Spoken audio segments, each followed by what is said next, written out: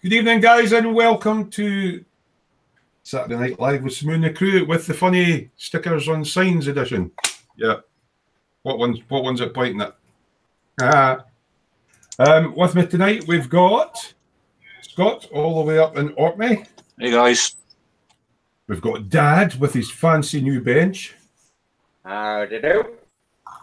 We've got Gordon's alive, Mr. Three Sheets John Bennett. Hi, guys. And the shopkeeper hiding behind that door somewhere. And you've been missing him. Call blimey, governors. It's a man himself. Yeah, I thought I'd come and join Granville in his shop, you know what I mean? Yeah. Come to model shop. And we've got Dave Wiser. We did have Dave Wiser. Barker. He's went a bit black. Oh, You'll yeah. maybe need to relog, but Dave's in. He can hear us. I just know his camera's froze.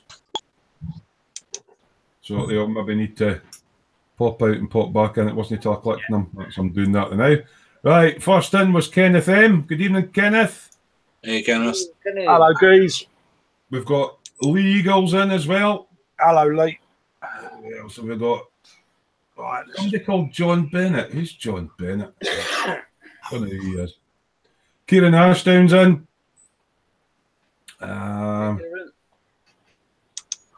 Kieran's actually asking Mike, what day are you and Dave doing Tankfest? Saturday. Saturday. They got our tickets. Lee says he's been waiting all week for this. He loves it. Yes. He's got his pizza and his drink. That's fine. Ooh, we've got the hiccups. Frankie goes to Hobbywoods in. Good evening, he says. Hey, Hi, mate. Hello, Frankie. Lee Eagles is going, oh, damn you, Smoo, you made me jump. Mark Skill Models is in. He's saying, evening all. Evening, Mark. No, Mark. Paul Lloyd's in. Evening, gents. Hello, Paul. You all right, mate? Frankie goes to Hobbywood, goes, hi, Mike, your bench looks nice. Thank you. My lovely new bench. Thank you. Yeah, he hasn't panned over to the other side. It's like a shithole over there. It is, actually. Well, you can see it. You know, don't try and fake it by having a sexy camera angle. Just spin it round and show everyone the fluff bit that's in the corner there. Hey? Shane Young's in. Good evening, everyone. Hope we're all well. Oh, Shane. If you can hear kids screaming, they're all playing out the back because it's nice and sunny. I've had to shut my curtains so I didn't white out. Jared's in as well. Good evening, Jared. Hi, Jared. Kenneth was saying, I was going to say John isn't wearing a motorcycle themed shirt, but on closer inspection, it looks like it. Yeah, it's a TT one, mate. Isle of Man. Yeah, is that the JD version, John? Yeah. Funnily enough, so am I. Yeah. Hello, Dave. Oh, yeah, Dave's back. Oh, fuck me, it's alive. Yeah. Dave had a wee bit of problem with his camera there. Dave's back in. I thought we had a cardboard sat there for a minute. I've a TT shirt on from like 1980, whenever.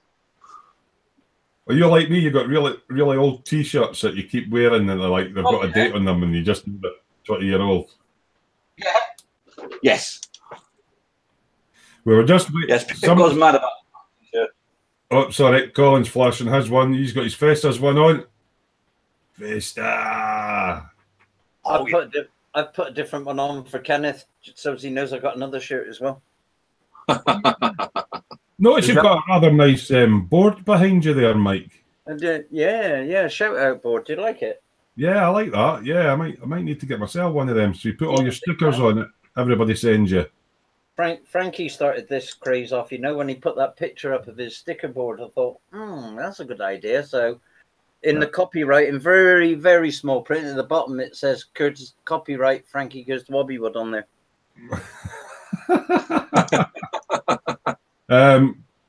Kieran Ashdown saying happy belated birthday, Dave. Couldn't make the Tuesday stream. Thank you. And Lee Eagles would say, I'd like a Festa shirt. That is quite cool, his logo, like Colin's. Yeah, there you go. And it's printed on the back as well. Printed on the back. You never know what might happen in the future. You never know what might happen if you send me an email with your sizes, mate. You never know. Yeah. So what the guys in chat? Someone hit 300 subs today, so you never know. Yeah, well done, mate. Yeah, well done, mate. Well done, Colin. You know, so I'm getting stickers made up and that for me subs, but you never know, Lee. If you bat me an email quick enough. I've got stickers now. Hey. Yeah. Dad's got stickers. Yeah, I got Dad's stickers. Yay. And I got fridge magnets. What did you inside the hose in? They sent me an offer I couldn't refuse if I had fridge magnets, so I thought, oh, go on, I'll have some then. I've got a nasty rash. Does that count? You got a nasty rash, Dave? I got some cream for that. Yeah, I've got cream for that. Well, what I should have done when I hit 300 subs is I should have give away my wife's Tom Hardy poster, shouldn't I? Perhaps then I've got to stop thinking I'm gay. Ronald Boggs. You've got a death wish. Ronald Boggs and the Frankie Goes to Hobbywood says T-shirt giveaway, Colin. yeah. Like I said, 300 subs, mate. You never know what might be wheedling its way out in the post. You never know. And Shane Young's gone well done for 300, Colin, and so is Kieran. Yeah, Shane, thanks a lot, mate. Kenneth is saying, congrats, all that work I did making new accounts was worth it, Colin. Yeah, bless him. I mean, it's weird, isn't it? I mean, I don't know about you guys, but when you first start your YouTube channel, you're so happy when one person subscribes to you. You're like, oh, well, that's made it worthwhile. Someone's watched what I've done, and I never thought in a million years I'd get 300 people, Mm. It keeps growing, just a couple of week, and then yeah, I mean, there must be something about my inane drivel that they like. I don't know what. 267 are from me, Cole. Yeah, I had noticed that they was all coming around from that area, mate. Because I put it on Google Maps, and about 50,000 arrows landed on some bloke outside his house having a fag. JS Idaho's going, congrats, Colin, and happy birthday, Dave. Okay. Paul Lloyd's not modelling tonight. He's in the orthopaedic centre in Oxford. Here I lie in my hospital bed. Congrats on the subs, call, and happy belated birthday, Dave. Cheers, Paul. Here, Paul, what you want to do is what I did, mate. Whack an Airfix starter kit in your locker. They never know. When they smell the extra fin, just turn around and say your drip keeps leaking, mate. They'll leave you alone. He's in for his second knee replacement. Mate. Wow. What's this competition to see who can get the most metal in them now, is it, mate? Yeah. Right, so let's see. Right, now, obviously, some of us haven't done much at the bench. I've bought a couple of kits in, and I did my wee Bofors tractor thing, but I've not had the mojo this week, so I've not really done much. Dad's been gallivanting around Orkney and no long back. Have you done much, Dad? I bought the sub that Ted's doing, that huge humongous 148 one, and I've bought all the paints for it. Bloody hell. And I got them in now, ready to start, and I've also I've always fancied doing that little nice. fancied doing that, so I thought, right, I'll get that. And on eBay I spotted that one going, so oh, cool. Lost in Space. Oh, that's cool. Will Robinson. I just heard a knock at the door there. That's what kids playing Trapdoor Run. So, and I've been redesigning and relaying out, ready for getting the sub in, so as I got the bench room to do it. Kenneth says, watch your hip, Dad, all that getting up and doing it at your chair. Yeah, what worries me the most is in case he pops an olive. I've noticed some rather interesting red sort of tableware as well on your bench. Yeah, I was sat here this morning and I just felt like cutting plastic and building something, so I made me regulation Smoo Industries glue holder. That's in the spring summer range. Yeah. And I've also made an iPhone stand, Daily Models, and Smoo Industries. Yeah. So there we go. That's all coming in the spring summer range. That's the spring summer rings. That yeah. Yeah, I have to say the glue holders are looking suspiciously like this one that was made some time ago. But was that not a prototype, Scott? Oh, Is there another microscopic copyright notice somewhere, is there, mate? yeah, it's on the bottom where you can't see it. yeah. I'll turn it up, but spill on me. Please. So It's underneath that Everton badge, isn't it? cool. Yeah, that'll be the one. In Dad's defence, it's not the same. Because we noticed on Scott's one, there's a gap between the sole and the extra thins. There's no gap.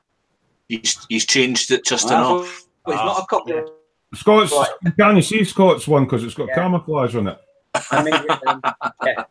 I made it 1 mil bigger, Dave. Yeah. I got your back, Dad. I got your back, Dad. You're all right. Here's Dave. Thanks, son. Right, here we go. Paul Lloyd was saying mine about the hospital things. He says, you won, call, easy mate, about the amount of metal in you. Frankie goes to Hobbywood, says, congrats on 300 subs, Colin. Here's Frankie. Stephen Whittingham is in. Evening, folks from Plymouth. Evening, Stephen.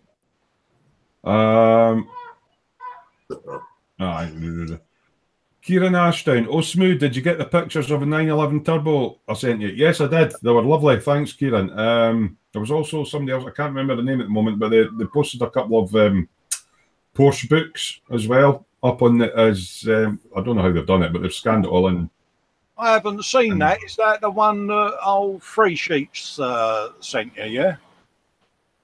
No, I got myself a Porsche. I'll bring it down and talk about it in a bit because I'm going to be doing lighting on it. But I got a Porsche and I put up a post asking if anybody's got, access to a real one, could you take some proper photos of the lights and stuff?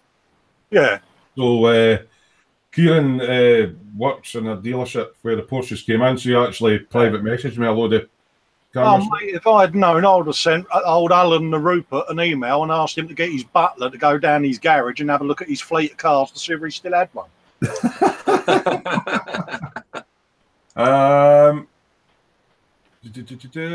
Ray from Malta is in. Hiya, Ray. Ray, you know how John's got a door off to his right, and you posted up that picture of you working in the modelling shop. See that door to the right? That leads to the modelling shop, and when the shopkeeper comes out, it's you. You're in his door, Ray, aren't you? Yeah. Yeah, I mean, old Free Sheets is like Mr. Ben, isn't he? He gets out the chair and he comes back. He's got 3 different kits and 15 sheets of fucking decal, doesn't he? John, what's that on the side of your Optivisor, mate? A present that Dad sent me. Oh, look. Yeah. Where did that come from? Yeah. Yeah. Who's my sign pointing at? Me, I think. Is it? Oh dear. Is it? Yes, it's pointing at me. Looks like haven't decided who to send the badge yet.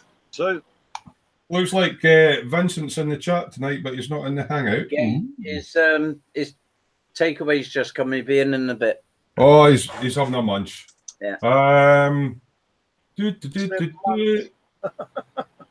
Jared's asking, did Mike get to see a puffin? Not a one. It wasn't for the sake of trying, though, was it, Scott? No, we saw, I think, every other puffin but a live one. Yeah. I think Dad was doing more puffin than the puffin. Yeah. Scott had him up hills. And... Hello, Vince. You all right, mate? All right, Vince. Oh, Vince. Vincent, and evening, Vince. What you munching, mate? I don't think he's got his speakers on because nothing's happening. Oh, look at that! Look at that kebab! Oh, that looks bra. Or is it? What's German for turn your speakers on, mate? And your speakers on. Thanks, your speakers on. Frankie, tell us now. Put it in chat, Frankie. What turn your speakers on in Germany? Hi, Frankie. What's turn your speakers on in Auf Deutsch? Yeah. Vince to see it then. Ray's going, hi, Mike. Davey UK's in. Good evening. Good evening, Davey. Hello, Davey. You all right, mate? JS Idaho saying official twat ribbon. I'm waiting for the next victim. Fair play to you, John, because you said you weren't going to wear it tonight after wearing it last night. But What's Scott flashing fair up? play to you. There's still the badge of honour as well, mate. On your speakers, Vincent. Oh, he's away. You've made him go away. We're too much for him. Don't sit there trying to look innocent, but one of you is going to be wearing it soon. Paul Freeman's getting it. Good evening, gentlemen. Hey, Paul. Hey, Paul. JS Idaho says, turn on the speakers on. Yeah, there you go, mate. Oh, dear. Have you been up to anything this week, Scott, apart from fixing your motorcycle? Not really. No. Little bit on rolly thingy. Mm-hmm. I've got the roller thing on the front weathered up. Well, looks cool. We're rusting everything. Got to put all the lights on it and do a little bit of weathering, and that's it. You got another one, didn't you? Yes. Another diggery thingy. Yeah. He fell in the bottle shop. Yeah. Ooh, that one looks good. A proper diggy thingy. A proper diggy thingy. But that shares quite a lot of the sprues with the one that you did with the demolitions one. Yeah, it's basically the same kit. It just doesn't have the extra bit for the extra arm. That's looking really cool. So Hey. you're a bit like what I think I'm gonna try and do is make up some decals with like a plant hire thing on it. What's that? Puffin plant hire? Well, yeah, something Blue like Industries, plant hire. What's custom decals sending up then, do you, mate? that. If you could knock something up, Colin, that would be fantastic. I have the bucket hanging off and all the hydraulic hoses hanging off and fluid everywhere. That'd be a smooth issue. Spidey Q8's in. He's going, hi, Mike, Terry Festa, and everyone else. How's we all smooing? You're doing all right, mate. Here, bud. Terry, get your tongue around that, what Frankie sent. Oh, I will do in a second. Scott, rolly thingy is looking good. Sure. All right, okay, here we go. This is Vincent isn't in at the moment, but it's Vincent. Die soil, die vragen op de loudspreker en shaft. Or something like that, yeah. Turn your bloody speakers on. Spidey Q8 is going, dig in that, haha, I'll get my coat. Right, okay. JS Idaho's going, cool roller and excavator, Scott. Are they Hasegawa kits? Yes, they are. Now it should be working. Yay! We're at Frankie. Frankie was telling me that is to say, ich soll dich fragen. Yeah, no, I heard what you guys. Oh shit! There goes half my food. Oh, you heard that? Aye. So I heard that I didn't have something was up with my microphone, but it's fixed now. I hope that's garlic sauce that you're dipping that sausage into. He said sausage. Tartar sauce. Terry said sausage. He said sticky sausage. But he's got stick right. So he's got. Is that a German sausage? Is it a German sausage? It's got a stick right up the middle of it. You know, like that thing they put down your Jap's eye when you're going to get a checkup at the doctor's. With a wee brawley on the end. This is not a kebab, you heathen. This is a brochette. Fuck me, you just got rivet counted on food. How's that? That's a fucking kebab. What's a brochette? A brochette has got tomato and shit on the top of it. Bread. Yeah, but over here in Belgium, I am at the fry shop, fried. Yeah, it's a kebab. No, it's not a kebab. Kebab would have lamb in it. We're going to be arguing like fucking girls all night long now. It's a kebab. No, it's not though.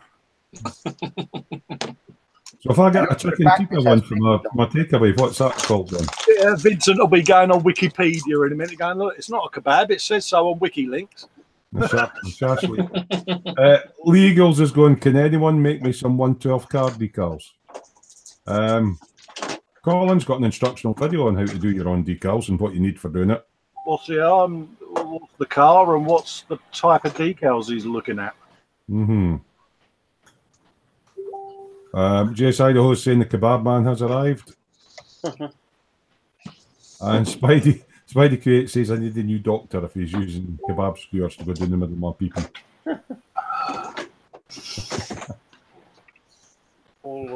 Got shit on the top of it. How often have we got to do that? Eh? Sorry, the opiates are working. Yeah, I think Paul's tripping out on something. Oh, dearie doctors. Dave, you're bound to have been up to something, mate, haven't you? Oh, Dave's done about 4 kits this week. Have you? No. Been good. No, I've been working on the test roster. Took me all week. I managed to get the interior done and the engine. Christ, you can't remember that. And lost at the back. Interesting shape. Yeah, had a bit of an accident with the paint job, so I had to redo it. But oh dear. it's my first attempt at a candy coat. I went for yellow, extremely gold looking, and it was all right. You farts in bed like the colour. And then I was doing some detail painting and actually managed to flick some paint on it without noticing.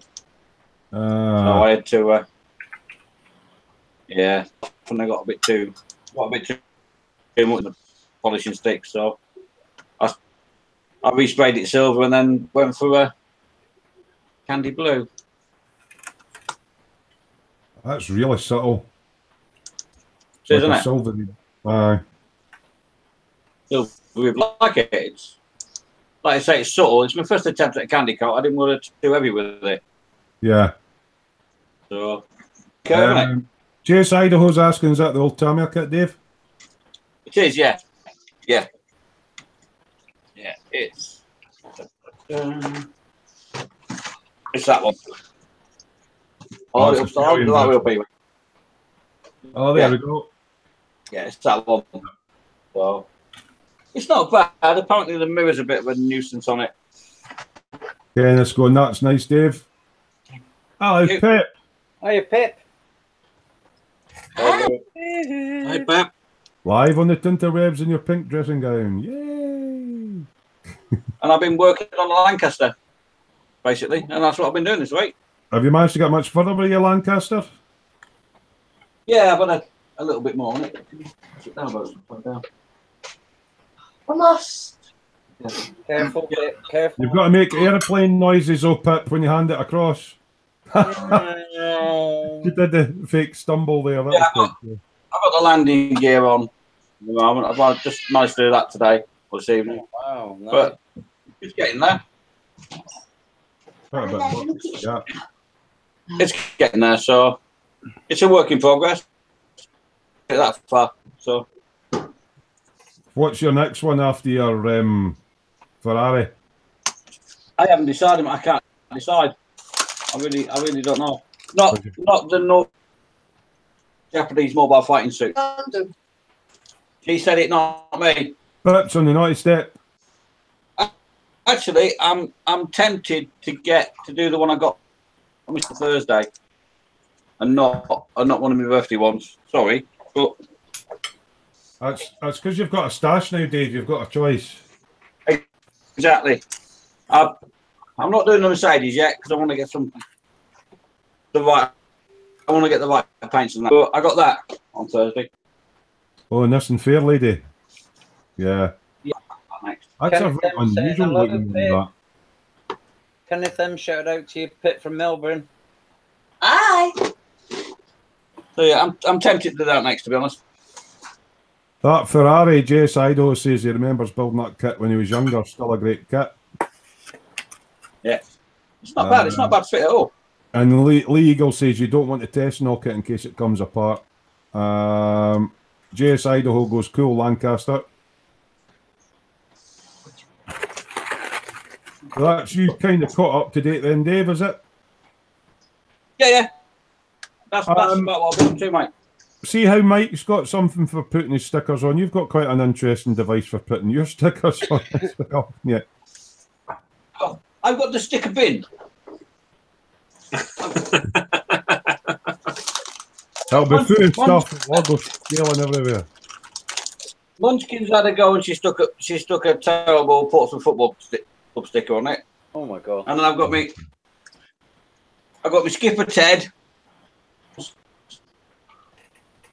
and my E models and my Big Mig.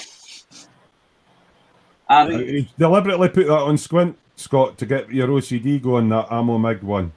Yeah, all big ones on the squid just to set Scott off. And you can't actually see it because it's red on black, but it says survival suit. It's off a Royal Navy vessel. I don't know which one.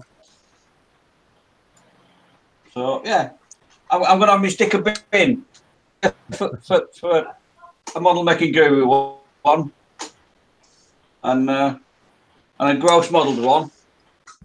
Are you putting that right in the bottom?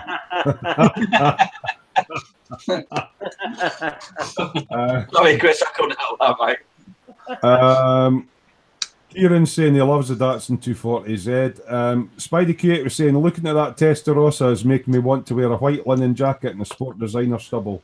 Yeah. Got to get jobs. Ray's going, nice kit, Dave. Spidey goes, Z looks lovely, Dave. Love the Z series. I thought it looked a bit flared out. I've not seen a flared out one like that. Yeah. No, yeah. Yeah, that is the standard of tuning those.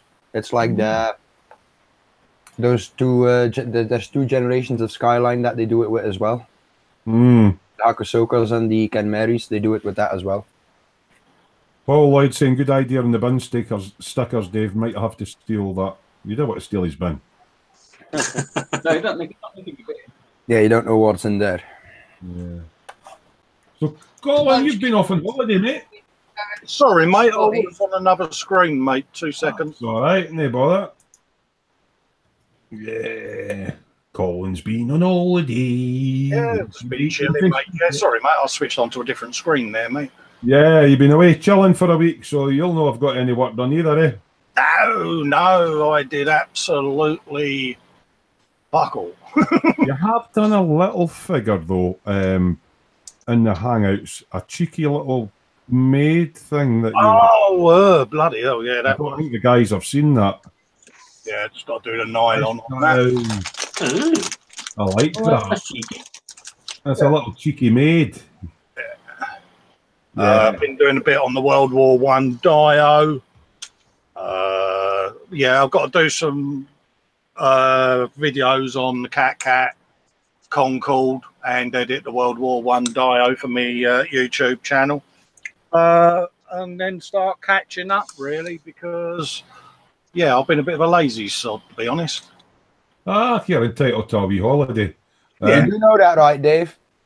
Now you've got a Fair Lady Z, you need to watch Wangan Midnights. What? Wangan Midnight is like a Japanese cult classic where a guy in high school, he finds a Fair Lady Z. We're back on Dave's story, mate. Yeah, no worries. Starts restoring it, and then basically the Fair Lady Z turns out to be really, really powerful and fast, but it's also haunted. It's kind of a cult classic. Oh, okay then. Kieran and Jess Idaho were just going Flesh Towns because we were looking at Colin's wee girly there. Yeah, so is that kind of? Colin's been off on holiday, and he managed to do that lovely little. It's a French maid, isn't it? Yeah. It's just it's a tin sign that I've got up in my man cave, and people often comment when they see photos of the man cave about it. And a friend of mine makes tin models of them. So it wasn't resin though, that one, eh? It's metal. So you sold you told me you solder that together, don't you? Yeah, a lot of people glue them, but I actually solder the metal kits together because obviously it's a bit like welding two bits of metal. It becomes one kit then, doesn't it? Yeah. So I'll sit there with me soldering iron and And not only that, you can actually file the solders, so you end up with pretty much a seamless kit, Yeah, I've got a metal one to do. I might try that, but it's just solder it together, mate, and give it a coat of res primer. Let it dry for 48 hours on the metal, and Bob's your uncle, mate. Cracking stuff. Yeah, I've just been chillaxing, bit of Facebook, bit of this, bit of that, bit of YouTube's. You're no long back right enough, so you've not had a chance to get at the bench yet. Oh, yeah, I only got back yesterday evening and then hopped on the hangout last night. Right, they're all going on in chat about some car thing that Vince knows about. Drifto cars and drifting around a shopping centre. Basically, Wangan Midnights is kind of it's in the same style as Initial D, the drift anime. Oh, it's an anime. Oh, so we're on to No, it's not an anime. They've made it into a movie, which isn't too bad either. All right, That's okay. on YouTube. I just linked it in the group. So it's a bit like Too Fast, Too Furious, but it's better than that. Drift. It's better than that, actually. Because it doesn't have the over the top stunts. JS Idaho's saying, is that a Phoenix Folly model, Colin? Yes. Somebody knows their stuff then. I'm none the wiser with a lot of these resin and metal things. John! Yeah. JS Idaho sums it up. It's basically the Japanese version of Christine. The horror movie. Yeah. Gordon's alive! John, what have you been up to, mate? You've been busy, man. I have been a busy man this week. I've got metal coat on my P38. Ooh, shiny. That's ready for paneling. I shall pick 1 or 2 panels out in different finishes. All right, different colours of metal. Yeah, then put an oiling wash on it. I've been... Go and just wave to Rafe Malta through your door. I see your door's open. Just give him a wave in it and your shop in there so it doesn't feel alone. They don't go there. Stack them further up. I've told you. Don't flag who's in the shop. But yeah, I've decided to have a little bit of armour. What's that one? It's the Tammy and Matilda. Ooh. Lots of little wheels on that one. Anything like that? Yes. Yes. Is it a Walton one? Yeah, Walton too. I had an hour free, so I decided to put this little baby together. Only a small kit. Yeah. Yeah. Fairly doable. What's that, 1/12 or something? One big I model. think it's more than 1/24 scale. It's bloody huge. Ray's laughing at you, by the way. He's on a tea break.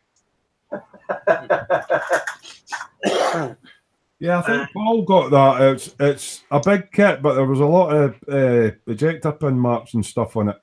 I haven't found any. And inside the engine cowls, there's 2 big, huge ones. Oh, inside the engine cowls, yeah, but they're on the inside. But they're easily fixed. Aye. But I decided after watching Ted and Fox, oh dear. Oh no. Oh, Thunderbirds, I go. So I put that together and primed it. It looks a bit phallic, if you don't mind me saying. Yeah. It's quite big. Yeah, and I've got the oh dear, I keep falling into these shots, see. Is that the 1/350th one, the Thunderbird? It's the same scale as my container dock. Right, yeah. Right. Cool. And I actually dug out some kits when I was younger. Ooh. I built these when I was about 10. JS Idaho's saying the Lightning, what a beautiful plane and a nice Matilda. Oh, Thunderbird 2. 1/350th Thunderbird 2. That's the same scale as a container dock. Dun, da, da, da, da, da, da, da, da. You built that when you were a child. Yeah. So it's still the same moulds. Yeah. Yeah. You think they'll be old and wrinkly like you as well then? By now, the new ones that are coming out. Aye, okay, mate. That's the big one that they had on E-models, wasn't it? Yeah. What scale's that one? I haven't got a clue. It's not actually got a scale on the box at all. It just says a big Thunderbird or something, doesn't it? Yeah, well, that's the big one. So since I built all these when I was 10, I've still got them. But, Christopher Gross Models is in chat going, Ted and Fox, what about me? and oh, that's cool. Aye, the wings pop out. Didn't realise they were actually made as toys because I was looking at the Thunderbird one. It's got wheels underneath it. some of them are built as toys and some of them aren't. Right? Oh, look, Chris has popped in and Cam as well. But the Thunderbird, that Thunderbird 3 isn't built as a toy. It's actually a static model. Right, yeah. Right. And it's the same scale as this.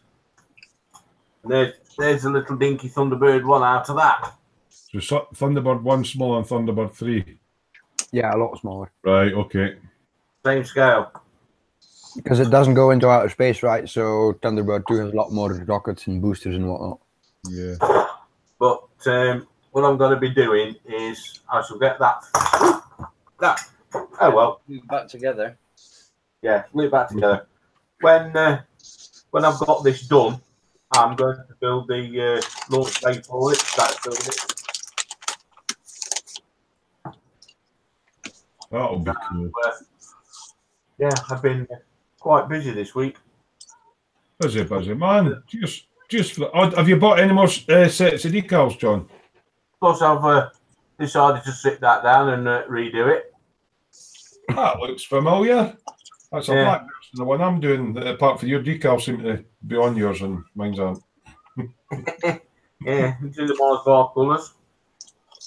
But yeah, next week I shall prime the fairing on my NSR 500, my movie star, and do the marbling on my B17. Busy, man. That's good you're getting a load of stuff done in between riding your bike with the tassels blowing in the air. Been out this afternoon. I'll be right back. I'm going to clean up my plate. No bother. Christopher Gross Models is saying John said he watched Ted and Fox and bought the Thunderbirds. So yes, he wasn't watching you, Chris. Yeah, but the drawback is I did get mine off e-models. Well, there you go. Other online retailers are available. Yeah, I used another one. Spidey Q8's going, oh gosh, damn it, I've got the T-Birds theme in my head now. Now, is that the Thunderbirds or the T-Birds out of Greece? The T-Birds is a different thing. I've got a lot stuck in my head now. Ah, but can you remember in Greece, the T-Birds? Is it the T-Birds? Aye. Yeah. It was, it's a different thing. Aye, T-Birds. I just went really quiet there to see if anybody else would speak, but no. Colin's looking nice and clean shaven. I'm looking a bit. Yeah, I'm not quite as bad as Fox yet. Fox has been found in a bush somewhere. Living pigeons. Yes, we know you meant Thunderbird, Spidey Q8. I was just pulling your leg. But T-Birds was in the Grease movie, if I remember right. Right. Is Vincent back yet? No, he's not back. His bench is not looking very tidy tonight, though. What's that? Spidey's saying, I did have Olivia Newton-John in my head a bit in my youth. James and yeah, I do look a bit scruffy, Kenneth. Yeah. Yeah. What it is I need to stand a little bit closer to my razor blade. That might work.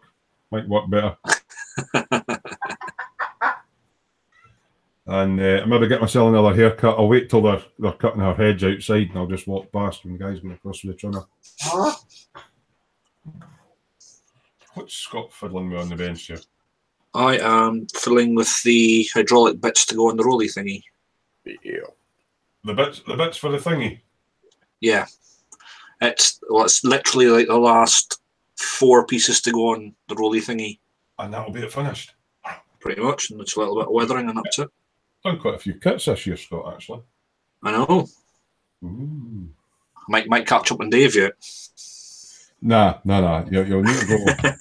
You'll need to go something to catch up on Dave.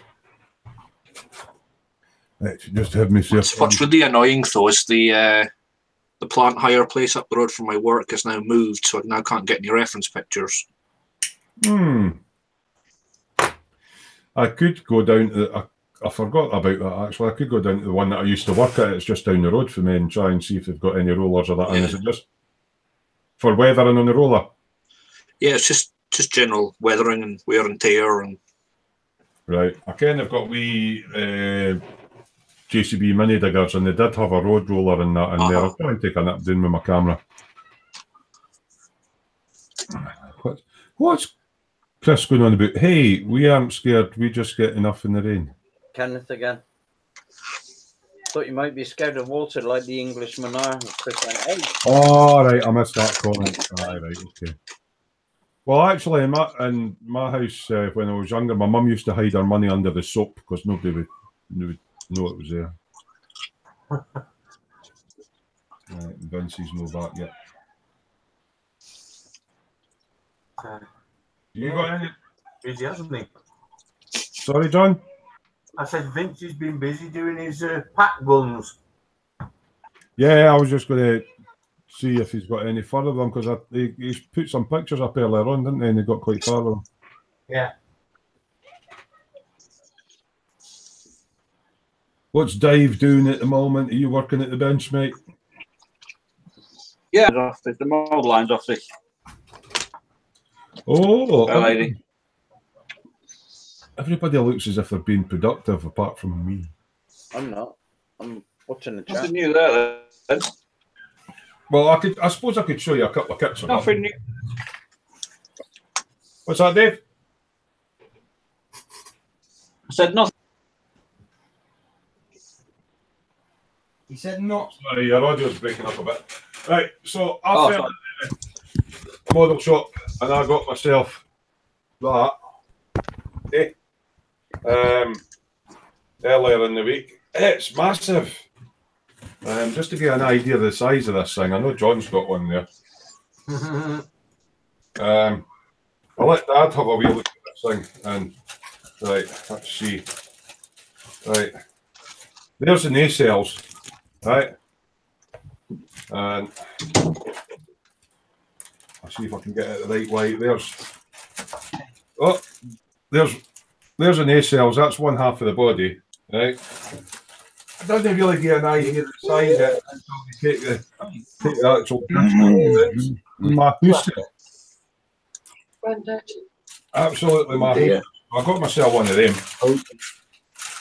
But I believe that's the one with Aztec decals or something that John was trying to scare me about. But they had them on sale at Wonderland Models in Edinburgh, and it's down for £36.99, £29. So I'll have that. I got all my paint from aircraft.net. Yeah, Martin up at Aircraft.net. Yeah, I use them for the Mr. Hobby stuff. All the Mr. Hobby paints. Absolutely super. He had every single one in stock that I wanted. Yeah, it's always good. Yeah, always good to have a good supplier of Mr. Hobby, Aqueous especially. Yeah. Even the metallic blues and everything we had in stock. Watermelon. Eat more watermelon. Legals is asking, has anyone tried paper model kits? Nope. Nope. No. Dave with Jace Idaho saying Dave with a future modeler. Yeah, it's Archie. Archie. Where's Mike? Where's Grandad Mike? Where is he? Archie. Where's Mike? Where is he? There he is, look. Kenneth's asking if she's 1/4 scale. Frankie goes to Hollywood, says nice enterprise, Terry. Yeah, it was John that put me onto it because I seen it on offer and he says that's a good one and it's recessed panel lines and that. It says, but it was ones with what's the decals you get for them? Aztec. I don't know if I'm going to go down that road.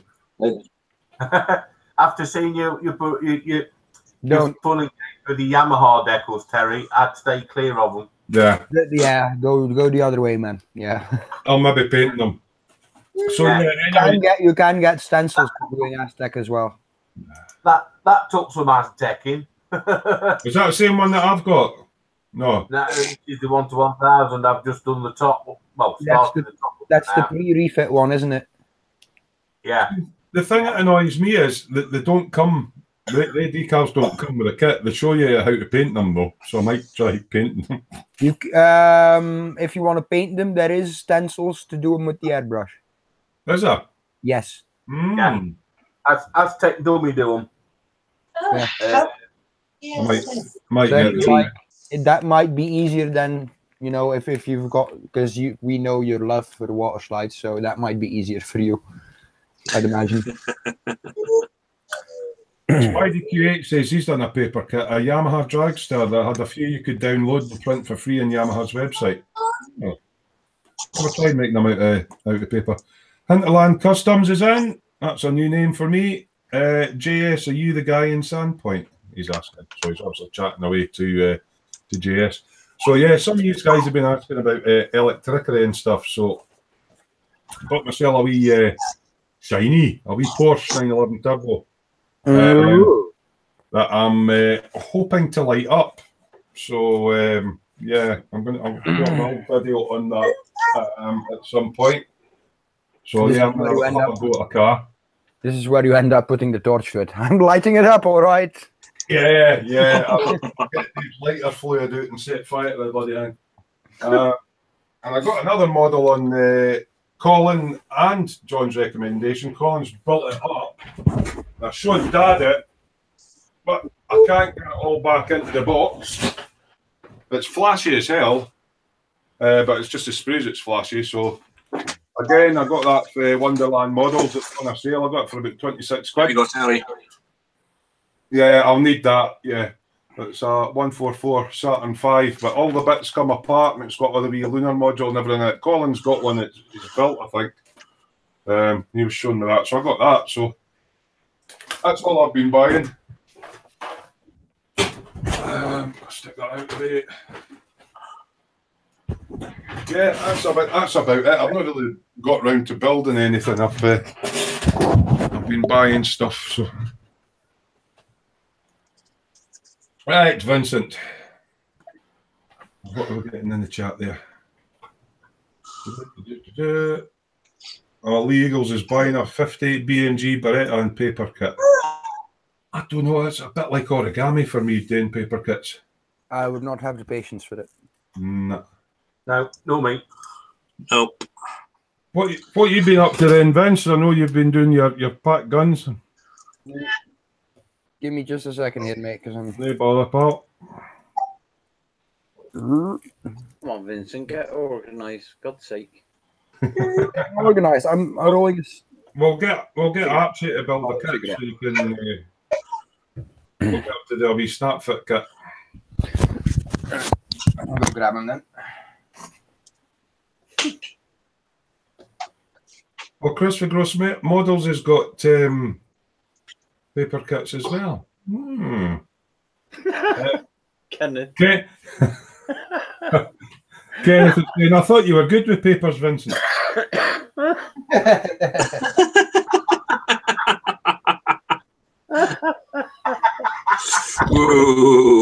Well, you know, I suppose I could always try an airplane because there's a lot of rolling there with the fuselage, isn't there? So, Yeah. You'll be able to get the nose in a good shape. Anyway. Yeah. So, what have I been up to? So first, so I've basically been doing. AFV does kits of both the Pack 40 and the Pack 43, so I've been working on those. And this one's as good as finished. Just need the Pioneer tools on it. Shovel up on front. For part of your dial, yeah. Yeah, and then the big one is completely assembled, but you know, haven't done anything weathering wise. But well, the last time I seen that, it was just metal barrel and that. Oh, aye, that's fairly coming along. Yeah, so it's completely assembled, painted all the details on this one. It's just the shovels to put on and then weather it. Yeah, and then I don't know if I showed this last time, but this is completely finished now as well. So I think you showed it on Dave's birthday. Yeah, on Dave's birthday, but basically Yeah, when you see the size of them. Mhm. What's next for your dio after those? Next on the dio will probably be either the Panther or I've started the Tiger 1. Right. Dragon initial production Tiger 1 for Eastern Front. I'm gonna do that as my next video series. And so I'm filming tomorrow, filming episode 1 tomorrow normally. And then probably on to one of the Panthers that I've got in stash. Kay says it still amazes him the size of that gun now. The anti-tank one, the bigger one of the two. Yeah, it's absolutely massive. Hinterland Customs is going cool builds. So have you been out buying anything? No, I've been good. I've just restocked on paints yesterday, and yeah, that's about it. I restocked on paints. I've also been busy with this because this is my kind of my slow burner. So I've been doing work on the B1. Oh, that big. So what part of that is that one? Main landing carriage bays. So what? Oh, so the photo X, that's what you see from inside, from underneath. Yeah. That's And then been working on the cockpit and the front, the nose carriage as well, the nose carriage bays. So you're just doing a wee bit of that when the fancy takes you. Yeah, when I'm basically like I need to let something dry or something like that, I'm continue with that. Yeah. Davey UK says nice builds, Vincent, and Jared saying a nice Panzer 5. Is it a Panzer 5? Did you say? 4. Panzer 4. Yeah. Cool. God, somebody's actually been building stuff. The only thing I've really been building is my wee Bofors. Put it back to the side. But it's tiny. Yeah, I've been keeping an eye on it, Kieran, on the recovery Panther, but apparently it should hit European suppliers of TACOM kits by the end of May. So I suspect that by beginning of June we'll see them becoming available to customers to buy. Was that one we were looking at that's like the remake kind of one? With the recovery crane on it and whatnot. Yeah. Gordon's Alive actually sent me a little gift. First kit I ever made. A sweet Airfix Bofors gun and tractor. So I have started it. It's tiny, 176. I can't remember it being so small, but yeah. Let's see if I can get this out without breaking it. But yeah, that's the size of the truck. So I'll need to get some primer and that down on it. I think I might do a little dio for it because I don't know whether to do that. There's obviously a. I think John's finished his. Look. Eh? John's finished it. Well, aye, John's doing his. He's got his in green. Yeah, you're doing yours in green. I'm going to do mine in the desert. Yeah. Yeah, I'm doing mine on a little dio, D-Day dio. I'm just going to put it on a wee sort of sandy thing.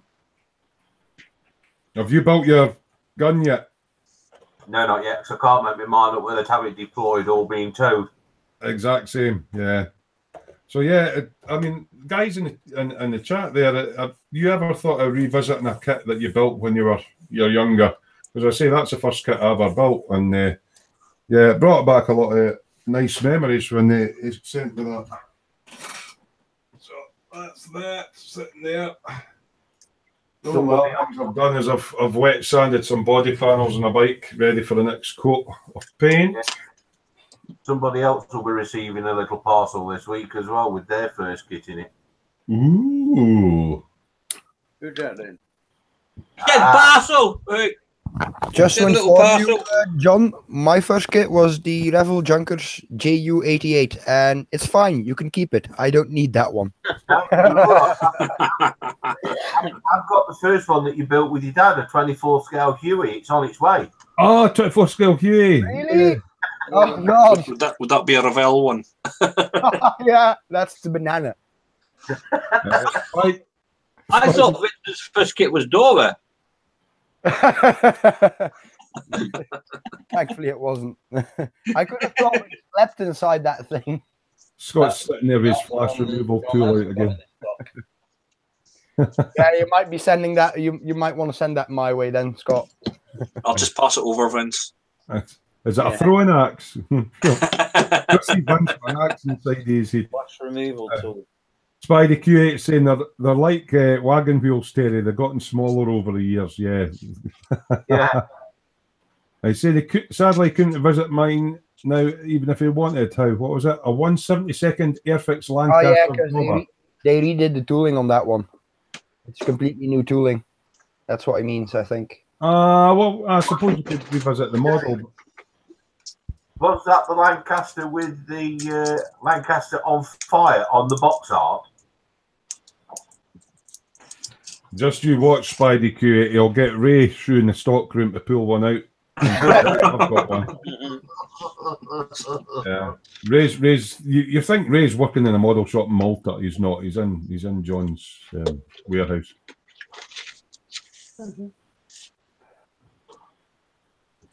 Wait, that's the other thing. Because Colin, John said, I got another kit. So show me the kit. Oh, did you get one? Did you? Oh no, not that metal art stuff. Yeah, I've seen quite a few people building them, and I thought, well, why not? Being as it's on the space shuttle, moon buggy, and lunar lander, but why not? I'll get one in. I'll have a go at it. Oh, I think the people that do all these metal art kits are, they're just like crazy. Just make sure you've got a first aid kit handy, Mike. Okay. Yeah. Shane Young saying his was an Airfix 1/72 Nat. I really must get one to do sometime. I heard it a bit. Yeah. That kit's still knocking about. Yeah, Spidey Q8's like me. It's memories of building with his dad. Yeah. Maybe in a few years, but not in a good while. Yeah. Everybody's Mine dead. didn't. Mine had no interest. Sorry, Dave? I didn't have that luxury. My dad had no interest in it whatsoever. Same as me. So who did you get your mod one off of then? I didn't. Picked it up myself, mate. I will say, fancy trying it. every Christmas I've got up and I've got a pile of models, and my dad used to say, "They are, get on with them," and that's it. I used to build them all on my own. Yeah. You better watch it in the melt you're doing for glue at the end of this show, John, because that looks like a rosette on a prize-winning horse.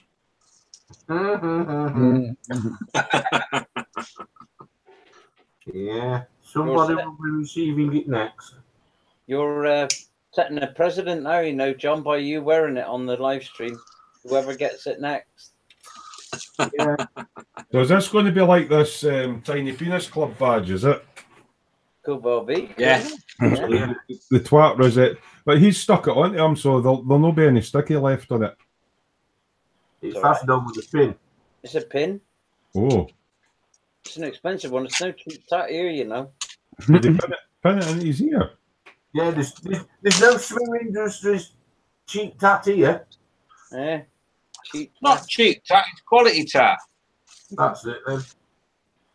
That's quality Orkney made twat tat. Twat tat. That's quite a tongue twister, that, eh? Twat tat, yeah.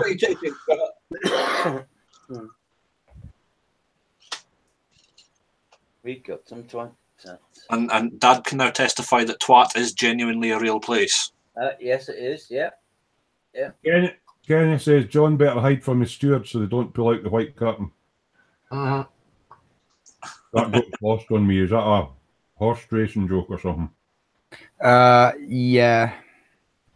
When the horse dies. Oh. Yeah, when they shoot it on field. And then the Yoo-hoo van comes past, puts it in the back and boil it down for glue. Now over here, you'd actually eat something off of it.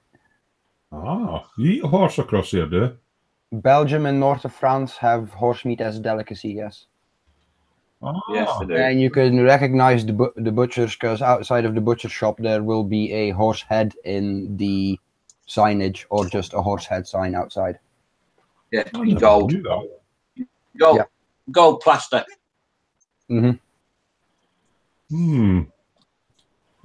Well, mind you, I've probably eaten horse. I've been to McDonald's a few times when I had that.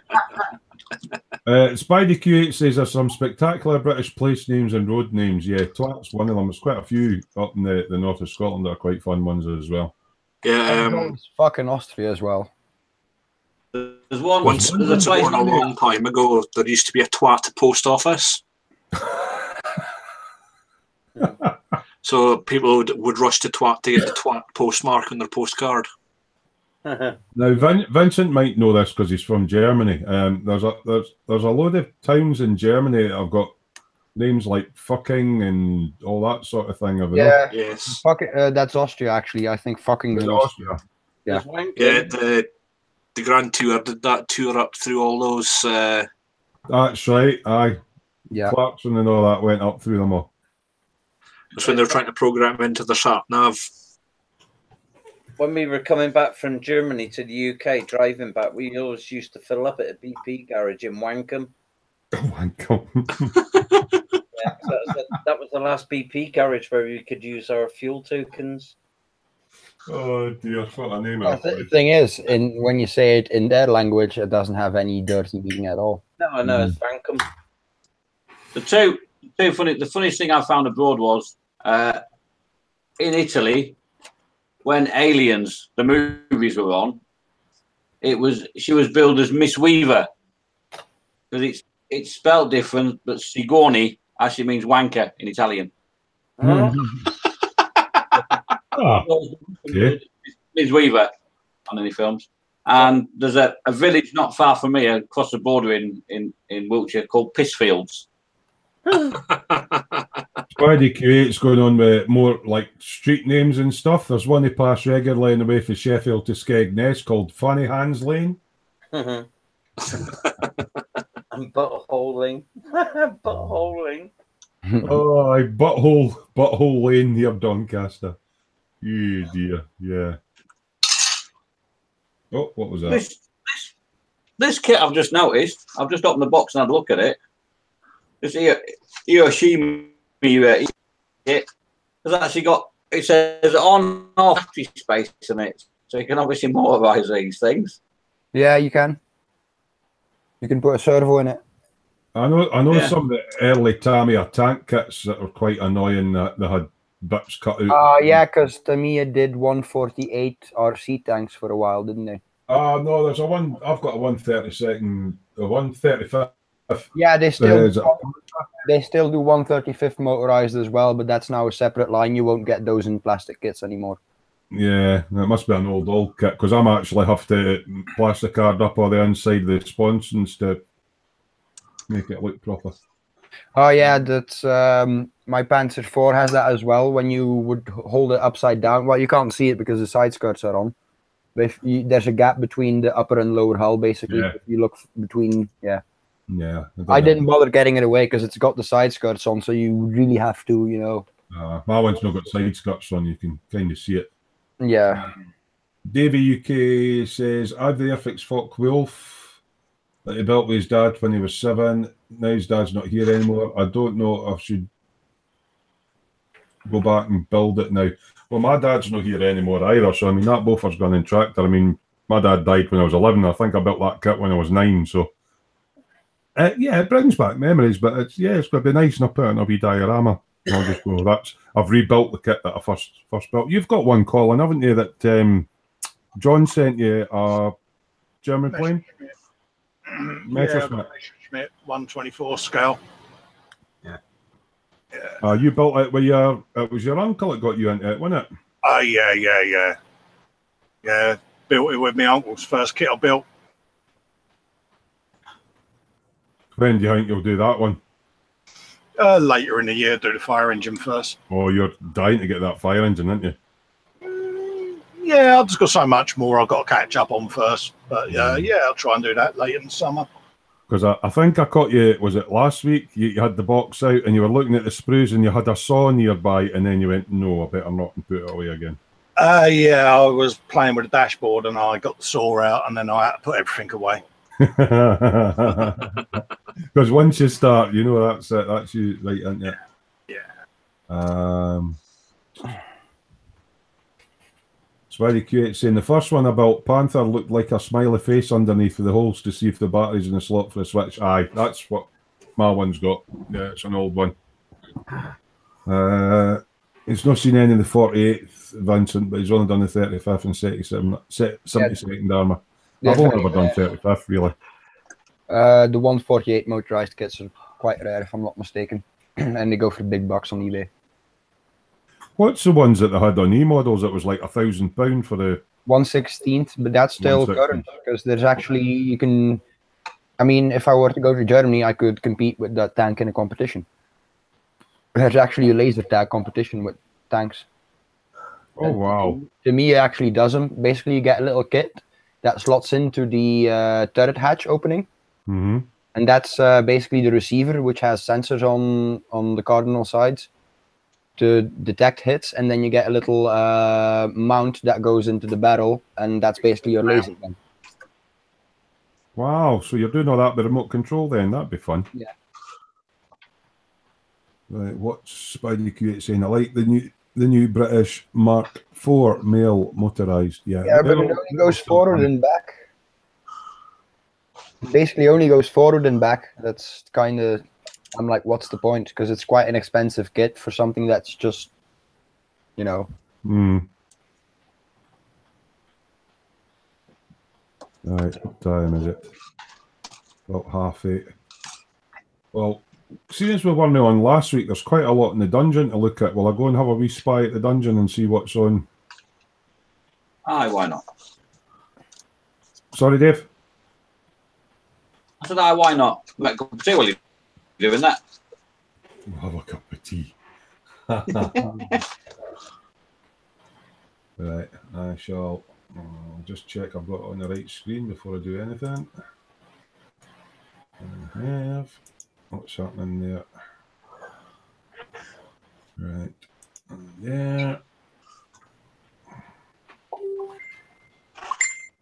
Oh, now everybody starts pinging messages at each other. Right. Oh, digger and roller thingy. Oh, is he posting pictures up of his roller diggery thingy? If you just give me 2 seconds, I'll put one on the dungeon. There you are. Right, I'll go into. What's that? Spidey Q8 says he didn't realise it was expensive for an armour kit. And Kenneth's asking how your hip is, Dad. Fine now, thanks. Just had me medication. Right, if I go into screen share, I'll need somebody to read the chat for me, please. Yeah, okay.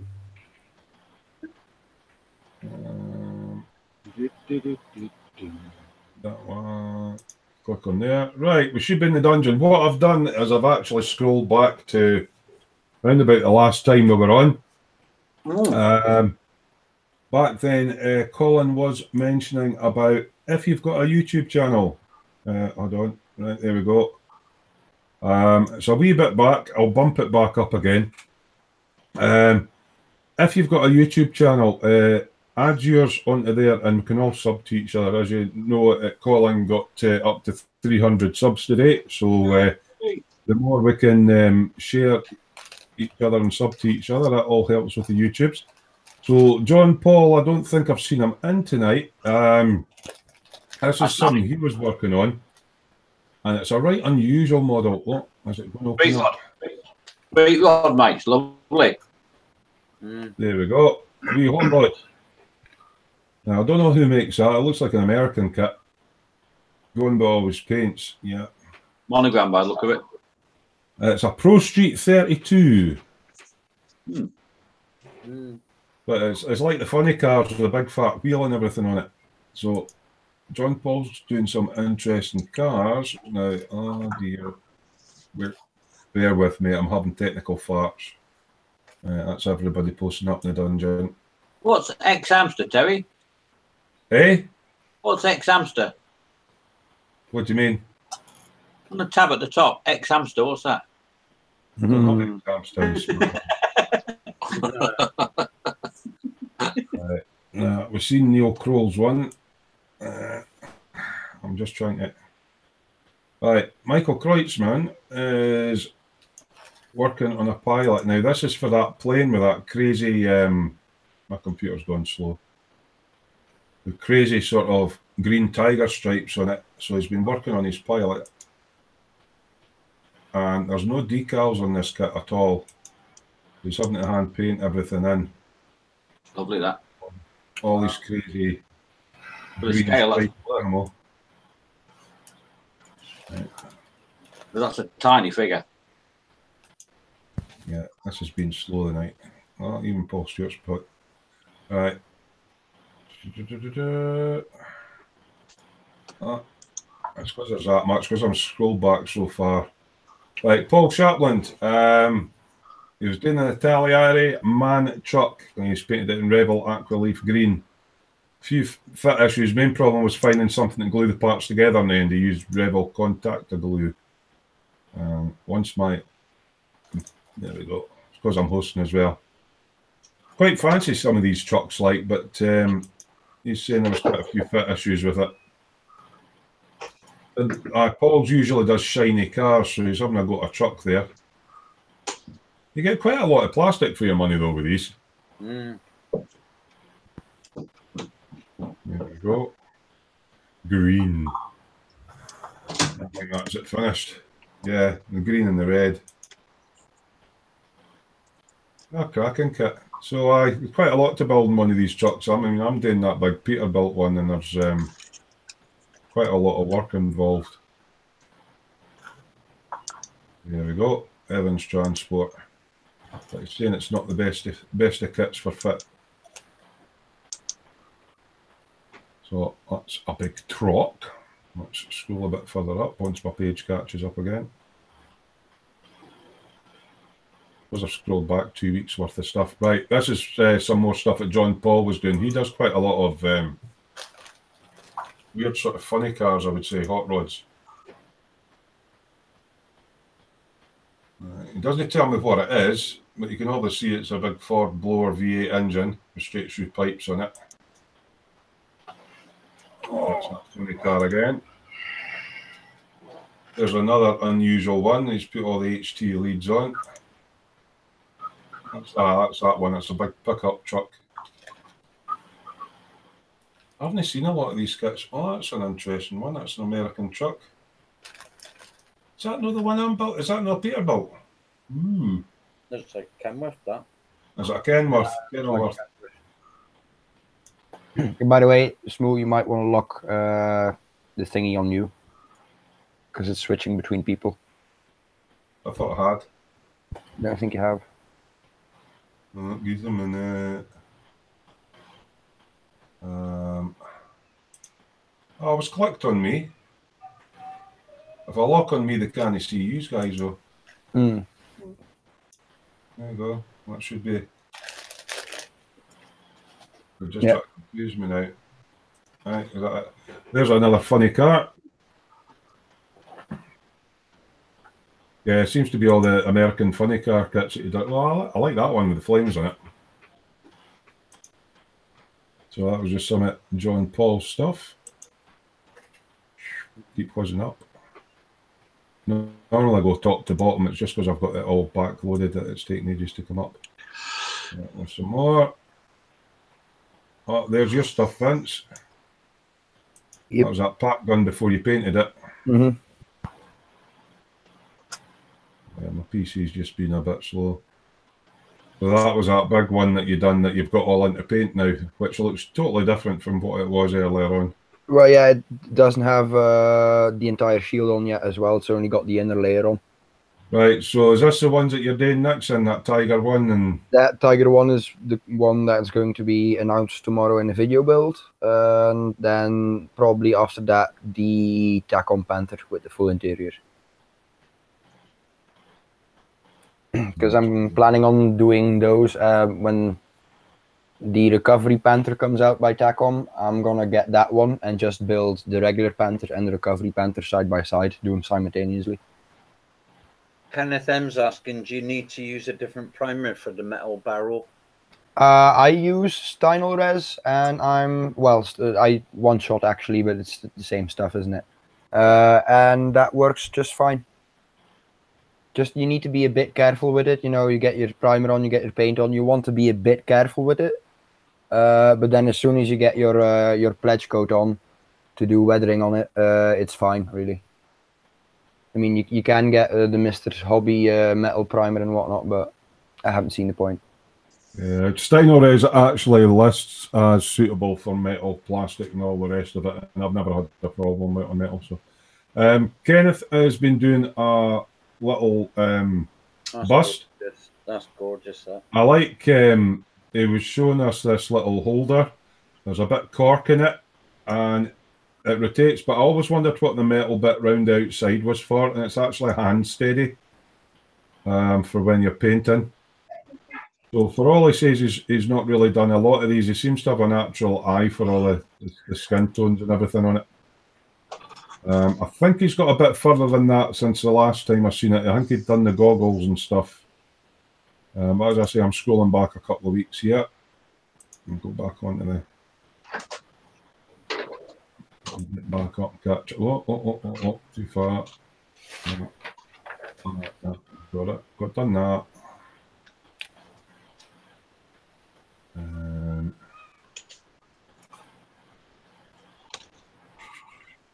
Partial times Festa. Right, this is a plane I was on about. Michael Kreutzmann. There are no decals for this kit. It's a Eurofighter's plane. So he's painted all that in by airbrush, and the artwork on the tail is done by hand.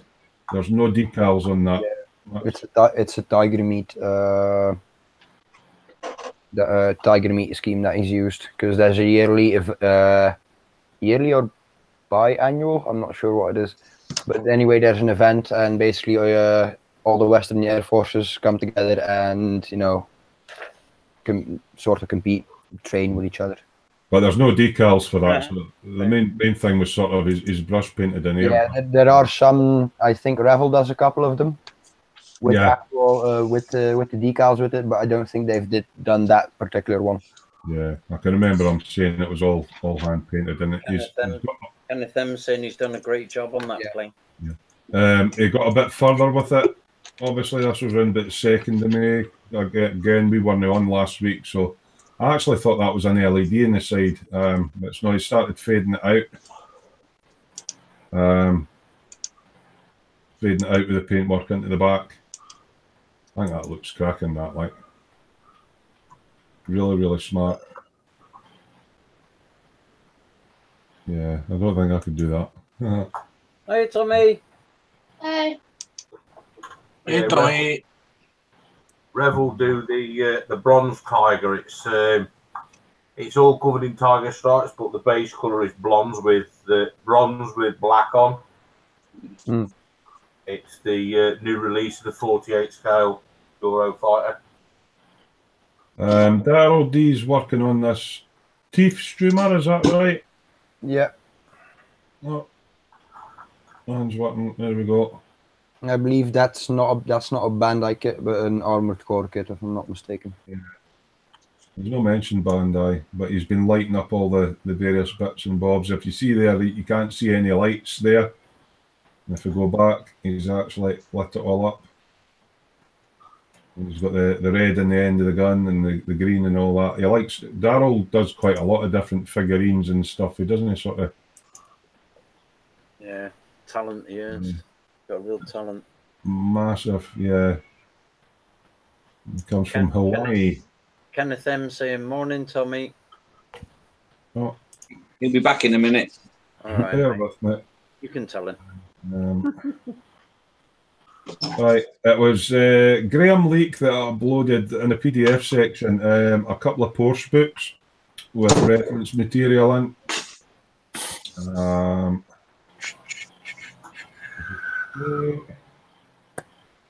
Right, hold on. Getting up, get there, Terry. Right, John Sharp is building a Tamir's new tool, BF109.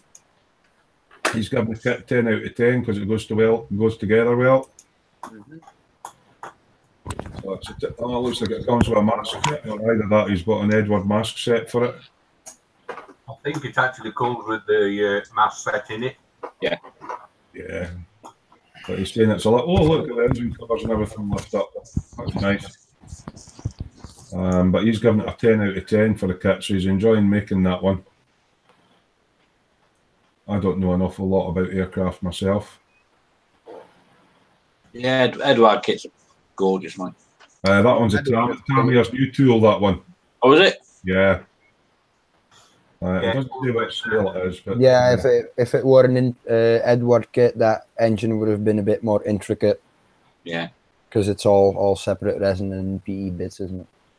Gordon's alive. We're just going to have a flick through this, Gordon, because you've went from the early stages to you've almost finished that one now, haven't you? It's finished now.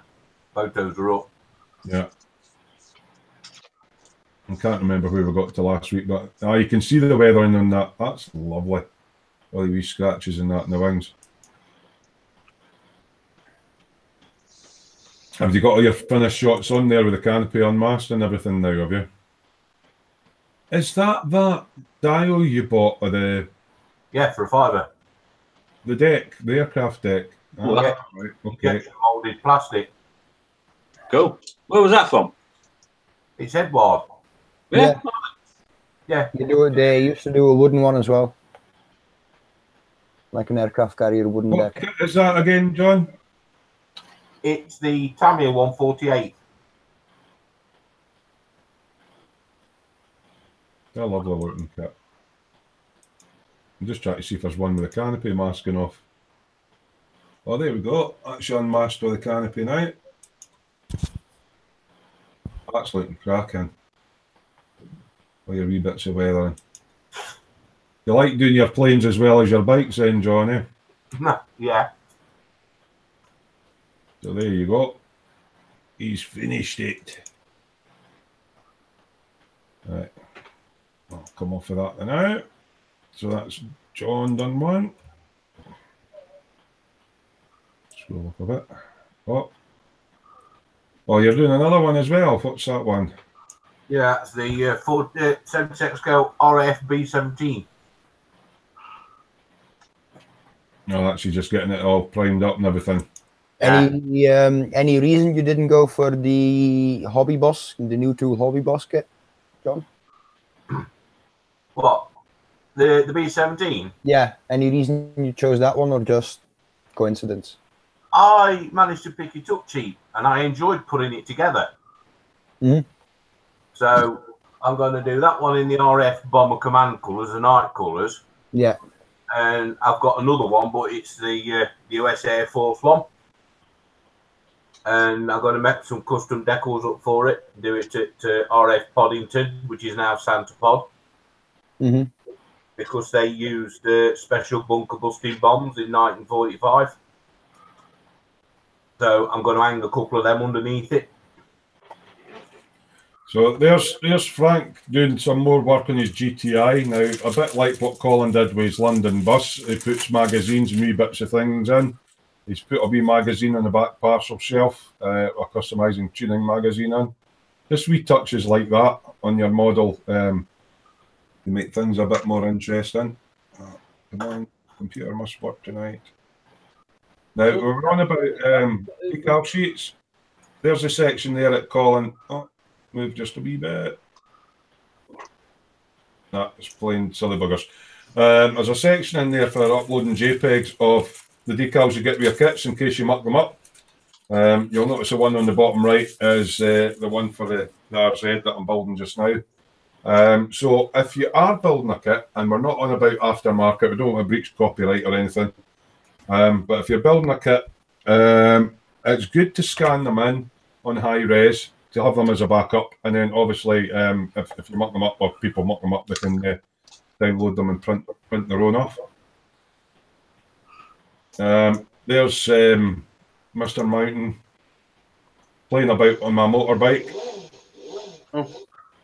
When he was Paul Chaplin just came in. Evening, guys. Evening, Paul. Who's that? It's just in? Paul Chaplin.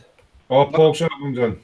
Yeah, and Kenneth M actually asked a question about John's plane. Is that hard edge camo?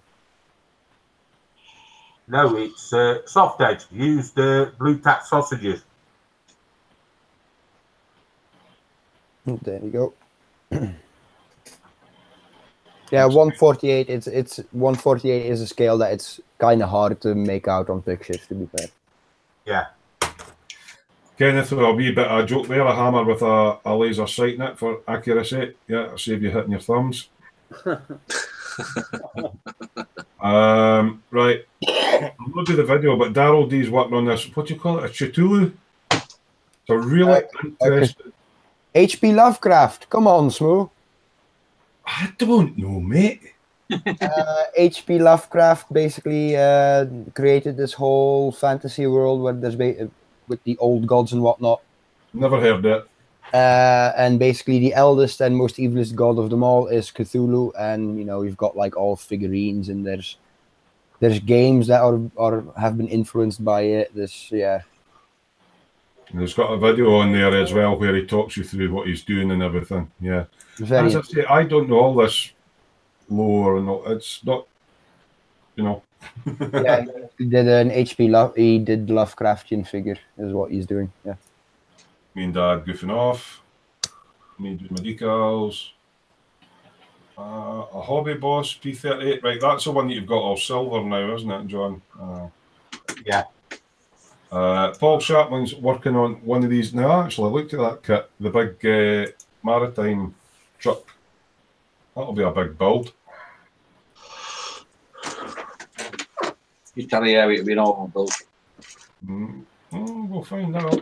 See, we didn't give us feedback, but apparently the trucks aren't all that bad, Dave. Yeah, I've done one, mate. I know how bad they are. Yeah. I've seen kits that have went together fine though. Yes, but it's probably the same with any manufacturer, mate. The one I got was an absolute dog of a kit. Yeah, Itali are bad for reboxing other people's kits. So, to be fair to me, Reeboks is theirs. Yeah. A pain in the rear end. Right, Paul Sharpland is saying, his wife's very first attempt at model making, and it looks like a Scooby. So he's trying to get his, because Paul usually does a lot of shiny cars. So obviously she's got all the body. That looks like zero paints as well. He's got all the detail in that on the Scooby all done. So yeah, he's getting his wife into model making as well. Get your kids into it. I don't know if I'd be wanting to fight my wife to get into the bench to do my models. Stephen Whittingham is Ferrari's coming along nicely, but he's saying his foot is a bit of a pain. Try to see what Ferrari that is. I have no clue. He's got the photo etch radiators and everything on it. Quite possibly the Ferrari. I think that's a LaFerrari. Yeah. Yeah, it's got stuff underneath as well. All the discs. I'll need to try one of these kits at some point and give it a go. Looks like there's quite a lot to them. I'm just trying to go back again. That's Daryl talking about that.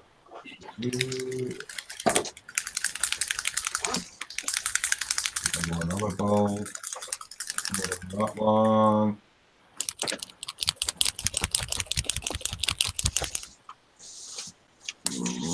Yeah, that's some building. Another one, Poison Ivy. I mean, there's a lot of stuff on there that you can look through yourself. Not be here all day. Brett Nelson is working on a Catty Panigale 1199S. If this will work. And he's doing a nice job on it. I built that as one of my first models. It goes together really, really nicely, that kit. So if you're thinking about getting a bike kit for a first go, the Panigale is a nice bike to do it. Yeah, I'm after the tricolour one. The new one. Yeah. The mate bought the real thing today. And Frank was on about any tips for painting flesh stones. Colin's a man you really want to speak to. Although he's got a couple of he's bought another couple of these GTIs because Frank's been lighting his up. But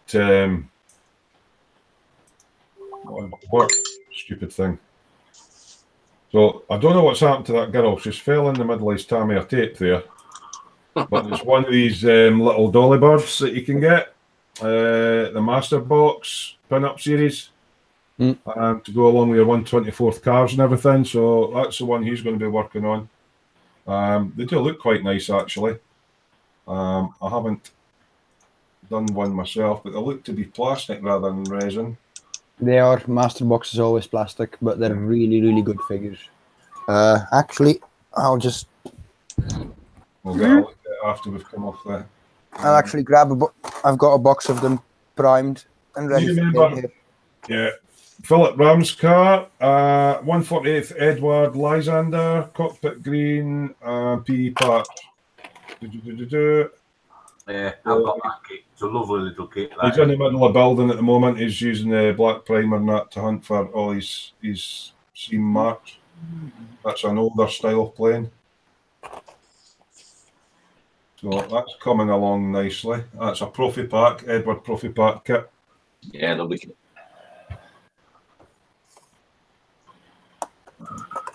Yeah, it's quite a popular kit, that Lysander. I've seen a lot of people build that. I think Edward's one of the only ones that do a decent one as well. What's he doing taking photos? I told My him. God, they're slacking on the job, man. Can you believe it? I told him no photos. You've ever wondered what's off to John's right-hand side? There's this lovely guy in there called Bob Ray, which is Ray from Malta. And that's where that door at the side of John's room leads to. And poor Ray is in there rummaging through all John's stash. There you go. So if you've ever wondered where that door goes, yes, poor Bob Ray is working for sweeties in John's house. Slave labour. Yeah, slave labour. What have we got here? And he doesn't even get to build any of the kits. Is working on one of these wee Rebel 241 scale Millennium Falcons that he's planning on lighting up. Says to have a wee word with Colin about that because I think Colin's already lit his up.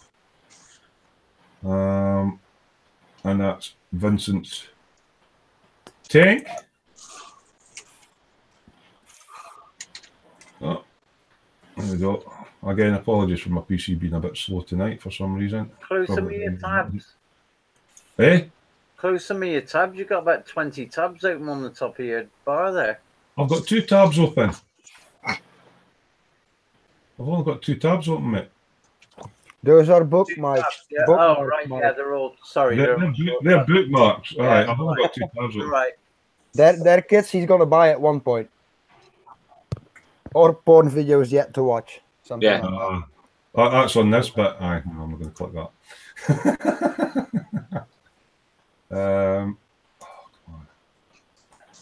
Ray's just said, ha ha ha ha ha ha ha ha.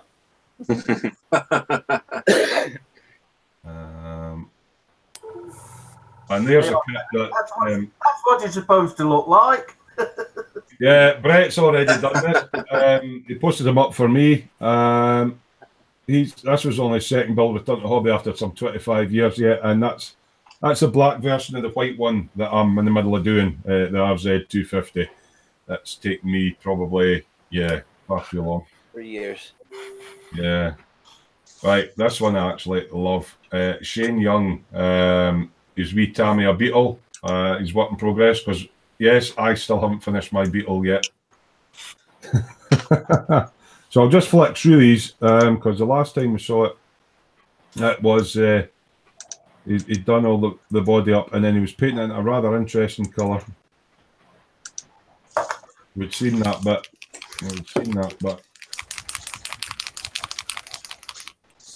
It sounds like Vincent's fapping. There we go. He's got the body colour down. Lovely wee Tamiya kit, this. Is that the same one that you're building, Vince? Same Tamiya kit? I'm building the Revel one, mate. Oh, you're building the Revel one. So he's made a wee dial for it with Max's shack and his wee surfboard and all that for his Beetle. I think that's quite cool. He's got a picture behind it. That's a cool wee kit, Shane. Oh, yeah. Maxi check. Let's see what else have we got. Because we've not been building much, I'm having a look at everybody else's tonight.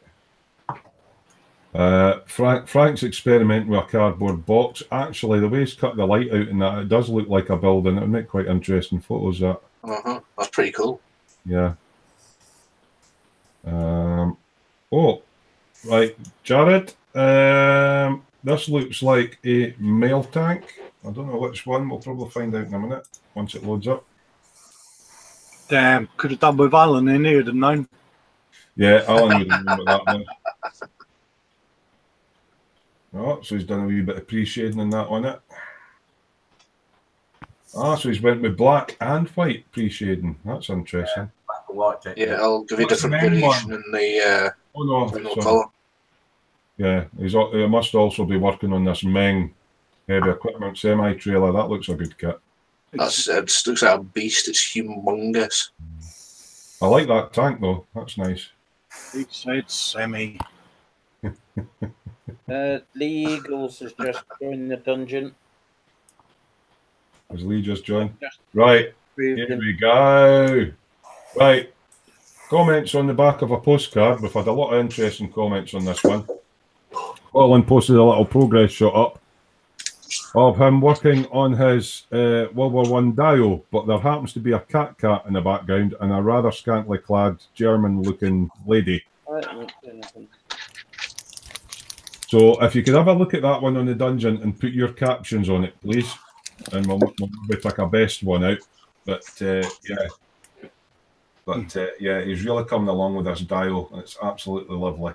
I think he's referring to a film, isn't he? Yeah. Attack of the 40-foot woman or something. Yeah, and so if you can see what captions you can come up with, guys, because obviously there's a World War I trench dial there. There's a cat in the background, and there's this rather scantily clad lady. Answers in the back, a £5 note to Festa67@geocities.com. I ain't that bloody cheap, I have you know. Oh, well, yeah. Frank's got some upgrade parts and wheels. He's really going all out on these Volkswagen Golfs. You'll need to get flared arches for that one. That wheel's massive.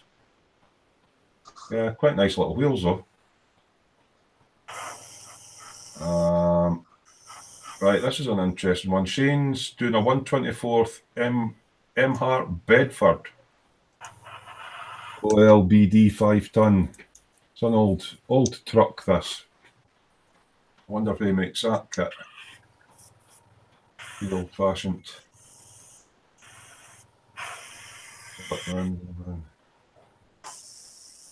Yeah, I wonder who makes that. Probably Mhart, mate. Eh? I think it might be Mhart. Is it Mhart? Did I actually say who it was that made it? Yeah. It's in the title on the corner there, mate. I'm a fud. Glasses to aisle 5. Yeah, my brain's away. What little brain I had. It's coming together lovely though. No, 5 tons. Why has he even got battery cables going up to it?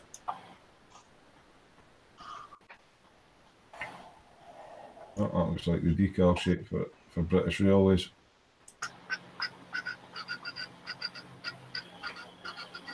I think we're nearly done. Are we nearly done, or is there more in?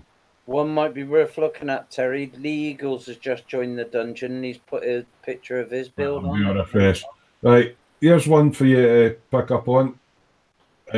Festa here had just hit over 300 subs. So if you haven't subbed, go on and click on him and watch his work because it's really good. Apparently, I build stuff. You do build stuff. Allegedly. You build more than me, mate. I've just stuck pictures of the diggy thingy and rolly thingy up in there, Smoo. I've just refreshed it. It might actually start working now. Yeah, so if you're not in a dungeon, feel free to join it. A lot of guys sharing interest in working there. Lee Eagles is building a 112 GTR now. That's nice. Oh, that's nice. I like that. Yeah. Yeah, that's something different, isn't it? I like that. Yeah. Ah, very cool. Yeah. I like that one. What else have we got? It's working quicker now because I've refreshed. Now, I don't know how to pronounce this guy's name. Is it Sheffielding? Scratch built Totoro Smoo? Terry, that's Spinny Q8. Is that Spidey? Yeah. Yeah, Che Fielding. Oh, I didn't realise that was Spidey. A Totoro Smoo. Ah, cheeky bugger. What's Frank doing there? Starting a bit of wiring on the engine. Oh, so I'm doing the Golf. Paul Stewart. Ah, still don't remember when Lovejoy was in sharp, but now he's finished. He's coming along well with his flesh tones. Yeah, doing all right there, mate. I like that. Our pal Paul. What else have we got? What's Scotty boy? There's his diggery thingy and his rollery thingy. Are you going to do a Dio thingy? Yeah. Oh, there's a Dio thingy coming. There we go. I don't think that rollers need much more weathering up, Scott. You've got that pretty bang on, mate. There's this. Well, you'll see it in a minute, but there's the start of diorama thingy. Frank's asking, do you think that's too big an exhaust? No. Nah, that looks all right. Nah, looks pretty good. Yeah, a lot of boys put the big cans on the end of their 1.1 Golfs. Kieran Ashdown, Takum King Tiger. His second build, and he's going to have a go at that with a full interior. You're a brave man. Well, it doesn't look too much photo etch, that just looks like all the side skirts. Metal barrel. All right, with interior. All that detail in the engine, hopefully you can see it or lift a panel up to see it when it's done. You should be able to. And coolers and everything. Yeah, that's quite a big kit to take on for only your second build. Paul is doing a DAF lorry as well. God, he's using loads of guys building lorries now. I think I've somebody else has added a photo. Pretty much caught up, but certainly get yourself in the dungeon and you can look at all that stuff in more detail. It's a longer than normal one tonight because we went on last Saturday and I'm just trying to catch up with everybody's. Right, Legal, that car that Lee Eagles was doing. It's got the whole LED lighting thing going on. I like that. That's really cool, Lee. I do like that. Right, enough at dungeon. Back in the room. So before somebody goes to bed, he's got something. Mike sent him this the other day, little Star Destroyer. And have a look at that. That's his. Tommy's had a first. That's Tommy's. Oh, it's about to be. Yeah, no, but he did better than that, mate. He airbrushed that. It's his first go with an airbrush. Oh, mate, you need to learn how to you need to learn him how to panel line, mate, because that's gonna make that little thing pop. Give that a wash, mate. And we're gonna gunk wash it, mate. We're gonna use the old Starship filth on it later. Yeah, it might be an easier step to learn him, and might be fun because it's a bit messy. Yeah, he's done it before. Yeah, that was his first airbrushing job. Good for Tommy. Yeah, you enjoyed it, didn't you? We got your safety protected gear on, and away he went. Spidey Q8's laughing at me. I didn't get it, Sheffield. It was him. He's like, Maybe Mike's got a suggestion for this one, but Frankie Goes to Hobby wants to build a scale garage, but he's not sure if cardboard is the best solution. But we've got Mr. Mountain who's built. Mr. Mountain has nipped out apparently. Did we lose Mike? It looks like we've lost Mike. Yeah. Yeah, because he built that little garage for his Herald, didn't he? Yeah, he scratch built all the 4-poster ramp and everything. Yeah. Yeah, I think Mike's dropped it out. I was just checking to see if he's dropped us a message.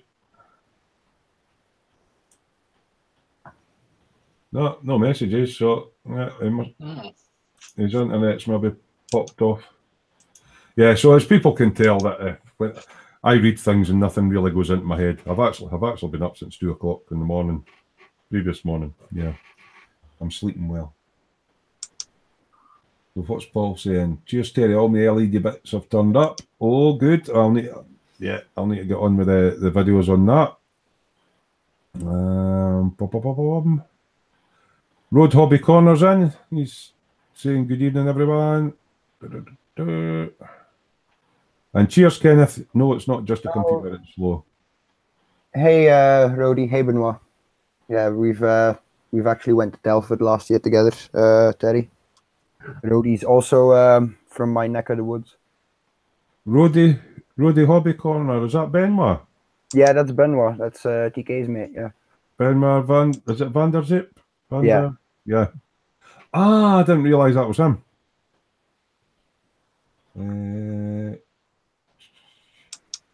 Spidey Q8 says, Tammy, I do a nice 24th garage kit with a ramp. I'd be tempted to use plasticard if longevity is required.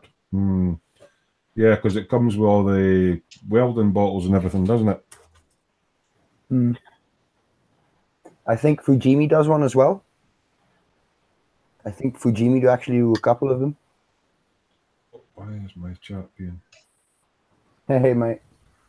Kenneth is asking, is Roddy from Germany as well? Oh, damn it. Yeah, guys. So, guys in the chat, if you want to fire in questions or things you want to chat about, really dig us out tonight. We're back in 9. Give us some stuff to chat about, because a lot of us have not actually done much at the bench.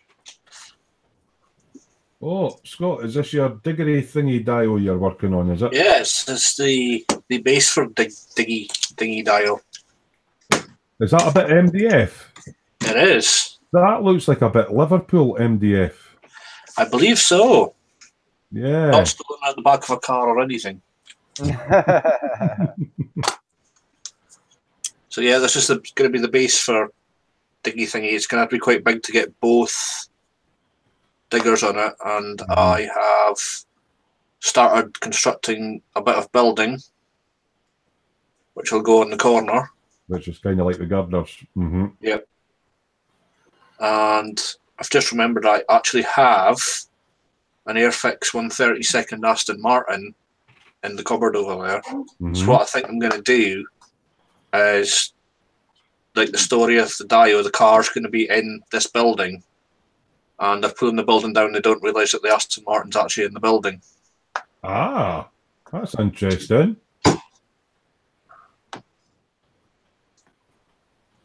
That's what I'm thinking, anyway. And then bits of rubble and all the rest of it. And yeah, that'll be cool, mate. Yeah, we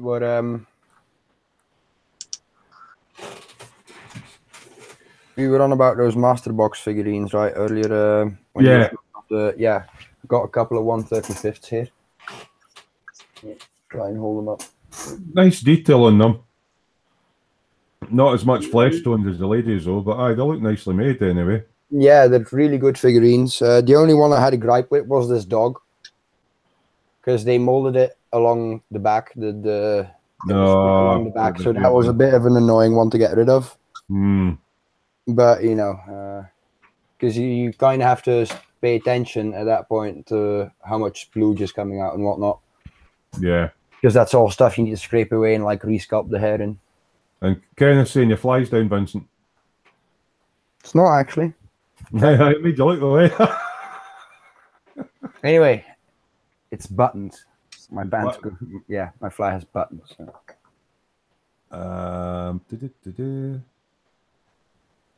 Spidey Q8's on about some stuff that I have no idea about again. Fuji TV show guy. Oh, Plamo. See, I didn't care what half this stuff is. It's a YouTuber he's on about. Yeah. No idea. JS Idaho saying, Dave, what Star Destroyer kit is that? It's the little Ravel one. What scale? 350 or something like that. It's tiny. And Kenneth's asking Vincent, Tiny. why are you looking if it's buttons you've got?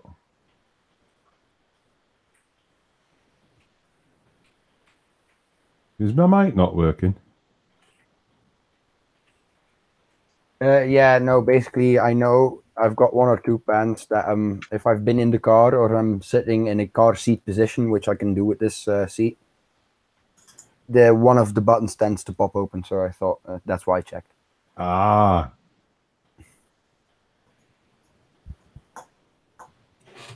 Right. John, Hello. you alright? Yeah. What are you planning on doing for your next model since you've got about 20 on the go? I don't know. I think I want to have a go at that Thunderbird one. Where do you put them all when they're done? Have you got like a big living room shelf or something to put them on there? I've got display cases in the living room. Put some in Ray's shop. Oh, you've got all that shelving next door, haven't you? Aye. I've got display cases in the living room and upstairs, and the really big ones are in the loft. Yeah, you'll need to get a bigger shop front window and have them all out in display. But quite a nice kit is this. But this is one of the new molds. It's not designed like a toy, because you actually get the launch bay. How much money's in them, John? I paid 25 quid for this. Well, that's all right. But I've got them on G models and stuff as well. That's where you see it come down the stairs. So that's a launch space. So that's the bit at the back, right? It sort of comes down like that on its ramp, and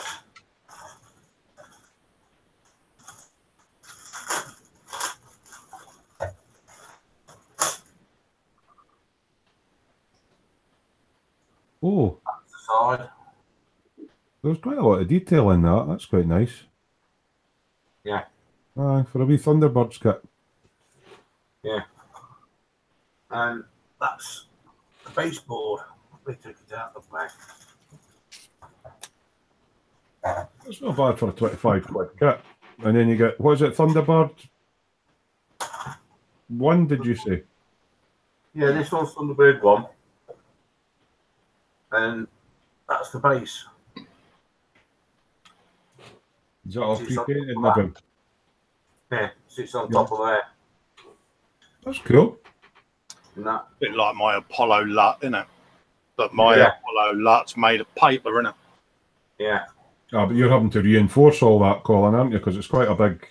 Oh, yeah. That's part of the fun of it, mate. Jared's got a question for Scott and whoever wants to answer. What's your all-time favourite tank? My all-time favourite tank. Ooh, I that's a thought tough Alan was new on, he would be able to tell you loads. I suppose I should be patriotic and say Challenger 2.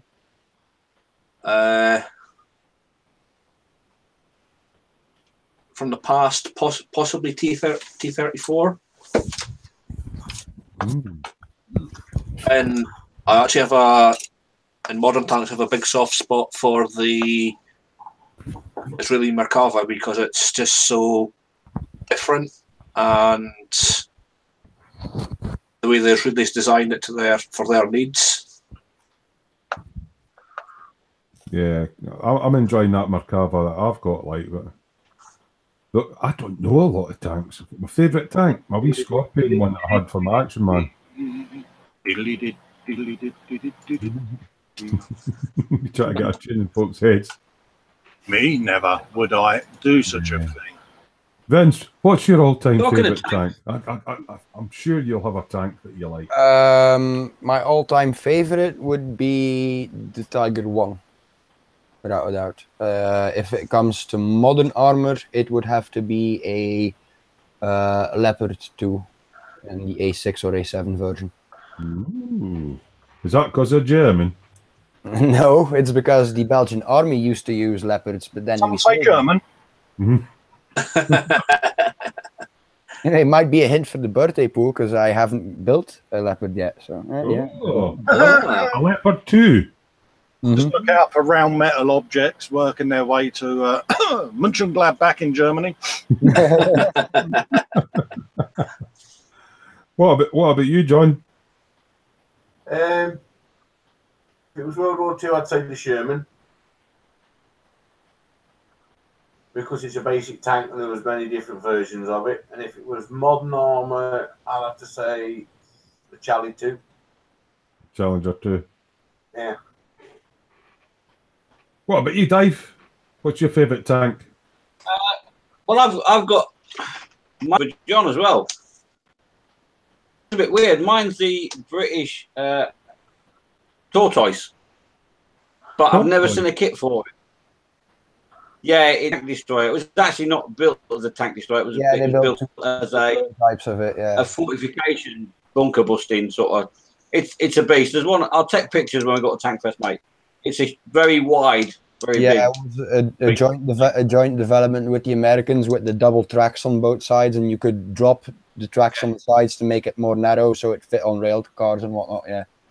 Yeah, it's a real beast of a thing. But I've never seen a kit for it. Do you know if The tortoise? I yeah. think there is, John. Yeah, there is. J.S. Idaho saying Meng has a great kit, but I don't know if that's about Spidey QHT34. I think, yeah. I'm trying to think. It's a recent release, though, isn't it? Just a sec, I'm looking. Yeah, it's a Meng one. It's a Meng 2012 release. Yeah. All right. A39 tortoise. Yeah. Cool. And then modern armour, I'd probably have to go Charlie 2 or Abrams, really.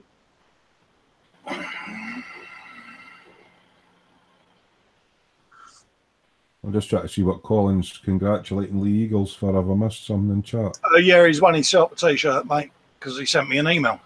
Hey! So he's got a Festa t-shirt heading his way. Lovely. Frankie goes to Is that Hollywood. pre-wash? What? Are you going to get a pre-wash from Colin? Yes, Dave. Okay. Right. Oh, yeah. Frankie goes to Hollywood says, Vincent, if you're searching for scale animals, I recommend you have a look at animals from the manufacturer Slech. But they're one piece and ready painted, so nothing to do for yourself. It's not that I'm bothered with animals per se, but this is basically, it's a squad of soldiers and one dog handler among them. So that's why there's a dog in him. So I'm not, but cheers anyway. And JS Idaho suggests the T28 and T95, which were the American development versions of the tortoise. So you've got a bit of options there. Meng does the British one, and then Dragon does the American prototypes. So there you go. Yes. Cool. Wonder what's happened to Dad. Hope his computer's all right. Any more questions from the guys?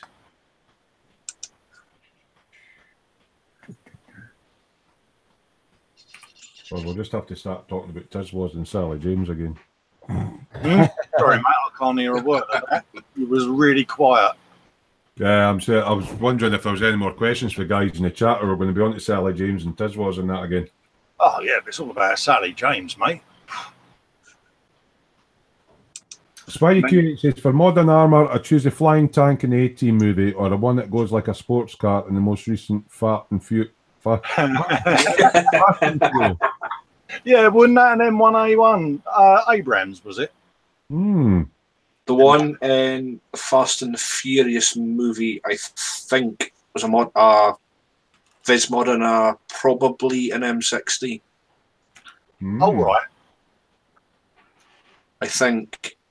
And the flying tank in the team is, I have no idea. Again, it's a made up one. Oh, CGI jobby. Yeah. I did kind of half think about trying to scratch build one, but I had no idea what to use as a base for it, so. Let's see what's happened to Mike. My computer's dying tonight.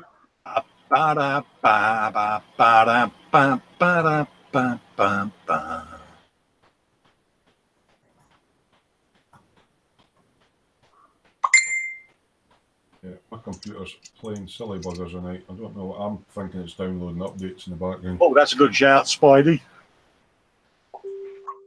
Michaela Strachan in Hitman and Her. Ooh. Oh, I did like her when she was younger, but I don't think she's aged very well. What about Connie Huck, Blue Peter?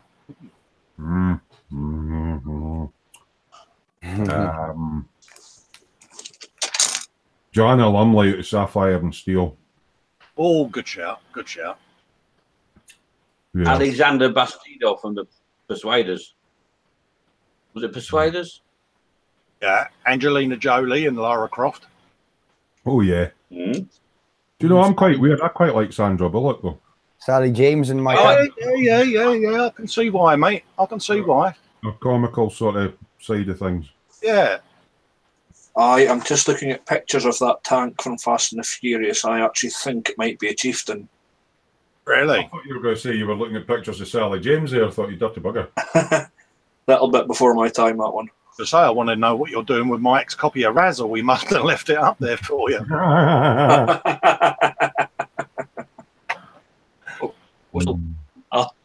Backward on that one. I'm going to pose the other question then. Favorite plane to build? What would it be and why?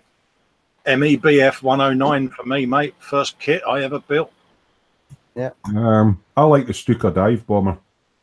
Yeah, good shout. I think we're doing a buddy build on that, and we 3 sheets. I am begging. Yeah. I am this close to begging Edward to release a kit from the Stuka because they would do a lovely job on it. Because there's only one or two brands that do one otherwise.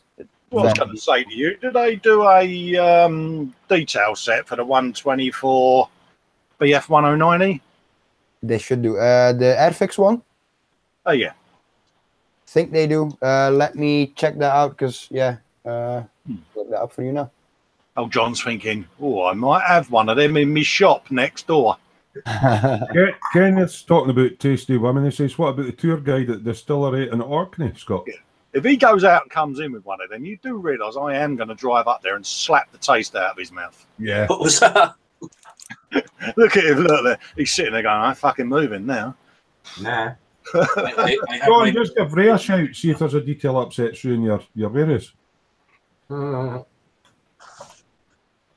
Oh, there's one thing I would like to do, in that we're live. All right, fret not, but I'd like to prove there's harmony in the community still. So I'd like to give a shout out for the Misfits show on Wednesday night at 8 o'clock. If that's okay with people. That's fine. It's absolutely Come fine. along and see it. Don't believe everything you hear on Tinterwebs. Yep. I've never actually watched it. Wednesday nights tonight I have to do a late shift, so I've never actually had a chance to watch the Misfits show. But So. yeah, pop along. Yam's in it and Mark. Pop along and say hello. Be nice. Wait. And, You're telling me I can't believe everything on the internet? yeah, and they're just as Is that quirky why and as those mad as we people- are. But I just thought I would prove there's harmony in the community and give a shout out. That's fair enough. Yeah, I don't know whether you'll see that, but that's the tank from Fast and the Furious 6. Oh, could you hold that back a little bit, mate? Because it's just a bit blurry, unless it's my eyesight. Those look like chieftain. Perfect. Yeah, of course. Yeah, it's a Viz-modded chieftain. You can there's actually a recess in the top of the turret, and you can see the commander and loaders hatches, which are very definitely chieftain. Lamborghini. Yeah, where's the Lambo doors on that, Scott?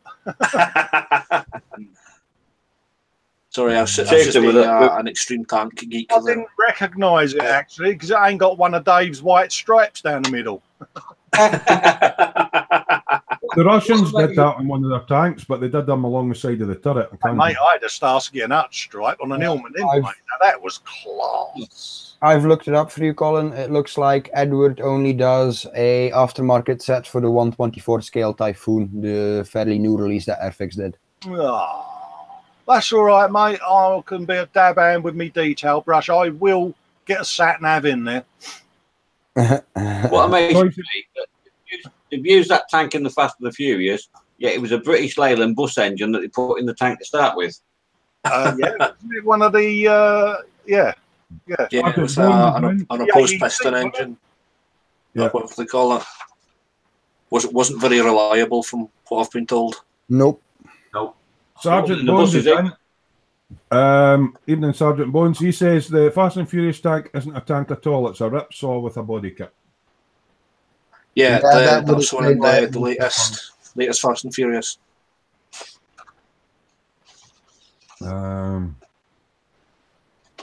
It was actually originally designed for a US Army contract that never came to fruition. Yeah, and now it's being bought off to like private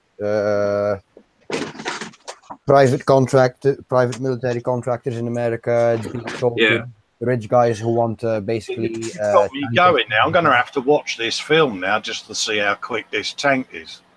Saying the reason that most people didn't criticise the ridiculousness of the tank's speed was because of the 500-mile long runway scene in the Antonov. Yeah, that was the endless runway on that one. I don't. Sergeant Bones is like, we're getting into rivet counting what it was. Yeah, it's a fast tank thing. Hey, mate, no wrong with rivet counting, Terry. Just following your example there, mate. Oh, yeah. It's actually funny with a bit of clever camera work. You can make a tank look like it's stupidly fast, even though it's only going like 40 miles an hour. Because it's fast, though. I've heard it explained. It's something to do with the fact that the tracks are moving so fast and are actually moving at double the speed that the tank is. Oh, that's a bit like an escalator, isn't it? That fucking banister always goes twice the speed. Why is that? It's someone like me that can't barely walk. That's about as much use as a chocolate fireguard. I think there's a guy with a wee remote control goes, there's Colin, we'll just speed. Oh, mate, I think he waits to go and he goes, flathead, do the river dance on that escalator. Yeah, I know. Oh, I don't have many phobias in life, but for some reason, escalators is one of them.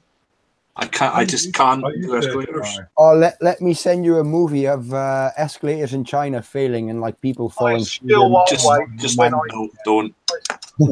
I still always, when I get in a lift, jump on the floor just to make sure that there ain't a trap door that's going to fly open. Don't know why. It's just one of them things I do. Yeah, as a child, I didn't like them. It's not so much of getting on them; it's getting off, and then the steps start going, and you think you're going to get. I always had this fear that my foot would go down the gap between the teeth. You know? Yeah. Escalator when you walk off. It's like them ones in the airports, isn't it? That you walk along. Well, there's a Billy Connolly sketch about that, isn't it? You sort of do this weird little bizarre run when you get off of it because it just speeds up a bit, doesn't it? It's yeah. Billy Connolly one, how to calmly get onto one, try to get your speed up and all that, and then you've got to get off the bastard, I know. Yeah, we've all done a Garfield on a glass door in the supermarket, haven't we? Gone to run out, it's actually shut, not open. I used to wonder why they had the round dot. You know, when you go in a hotel at Broad or something, the round dots on the doors, and it's like, well, what are they for? It's to stop it going dung. Yeah, done it, mate. You're like. And Spidey Q8 agrees about the escalator handrail. Yeah, they're always out of sync. You know, I mean, for me, it's something I do because I'm on sticks. You know, I grab the thing in the hope that it's going to steady you, and you're like, fucking hell. Anybody ever been stuck in a lift? Yes, Spain, mate. Me and my missus, when we was on our honeymoon, mate. The lift got stuck between two floors on the hotel, mate. And do you ever think about, I'll just crawl out the gaps and use the doors open? Yeah. Well, we had to. The maintenance guy prized open the doors, and we had to sort of go up through this little gap between the lift. Yeah. So yeah, that was a bit scary. And you think, it starts up. Great way to start the honeymoon, that was, wasn't it? Fucking Griswold Spanish tour, I think it turned into. It's Spidey saying, that's true. Do you guys remember the video with the little girl's cuddly toy that got munched by the escalator? That terrified me. Yeah. Oh, what was that? Was that not a safety film about loose clothing and stuff when you're on an I think escalator? it was, wasn't it? Wasn't it bootlaces? There was a spate of people getting their bootlaces, and was it the old flappy trousers? The bell bottoms used to get caught in them and all, didn't they? And that, you know. Oh, Spidey got stuck in the lift once at Park Square Flats in Sheffield. Smelled like a urinal. We were there half an hour. Yeah, a urinal, pussies. Yeah. See, a lot of people, you know, they're scared of flying and that. I love flying, but talking about flying. Yeah, lifts. They're not. I don't know what it is. I think it's that closed. Sergeant Bones was saying, talking about the flying thing, I'm afraid of sitting on the loo in a plane and flushing it. I always stand before the vacuum. You think you've got to get sucked out? In case the bullets go at 35,000 feet. Yeah. Just to see a pair of legs out the bottom of the plane going. Spidey says it was actually a safety advert. Yeah, the escalator. I mean, I don't know about. I quite like flying, but I like all the technical side of flying. I like sitting on the wings and watching the wings flex. Yeah, I mean, I love take off, they bend up. The big 380s take off and Concorde when it flew, you know, because you used to think, how the hell does that manage to take off? And especially the 380. I mean, it's a massive, massive plane. You know, you see that gunning towards the runway, and you're like, that ain't gonna lift off. Mm-hmm. Yeah. And it's so great. Sorry, don't notice that, Colin. It's willpower. Oh, right, okay. Not notice that. When you're on a plane, have a look around. Everybody's doing the same thing. They're all sitting in the seat going, take off, off, like that. Everybody's doing the same. The actual thrust off of the planes is quite impressive because some of them can take off in quite a short. They're not allowed to go full throttle because they're in residential areas and all that. You should actually see the footage of the Airbus A380 short takeoff tests are on YouTube, and they I've got a load of them, mate, on the Plex, mate. Yeah, because they actually attach a skid plate on the tail. Yeah, because that's how sharply it takes off, and it just goes like poof. I've got one full thrust, and then I've got one that Mike would like, which is a high def space shuttle takeoff. You know, and it's so loud, it's brilliant, man. But they put bigger. Do they not put bigger engines on the plane that had the space shuttle on the back?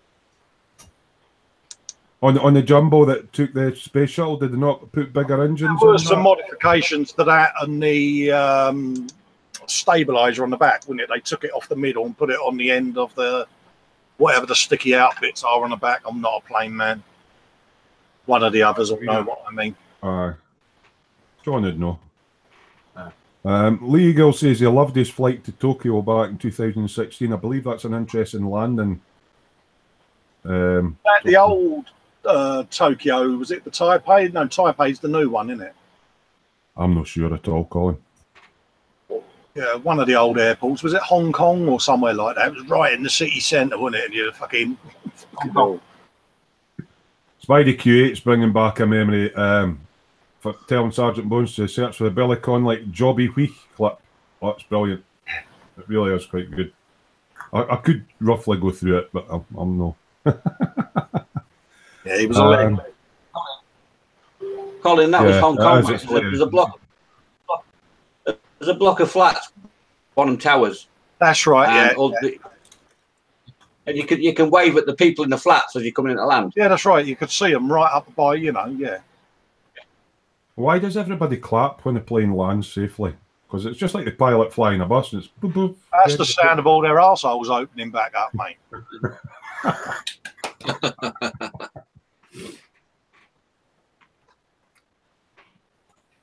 Yeah, John, we should get a Busa engine for your wheelchair. That'd be funny. watch you whizzing about. I already do in it. Doing your wheelies. Now, didn't you go fucking counting backwards live on telly? Oh, he's gonna have an accident. Rock myself to sleep at night, lot. Rock my baby on the treetop. Yeah, that noise with everybody clapping when it lands. Jace Idaho's saying it's people puckering.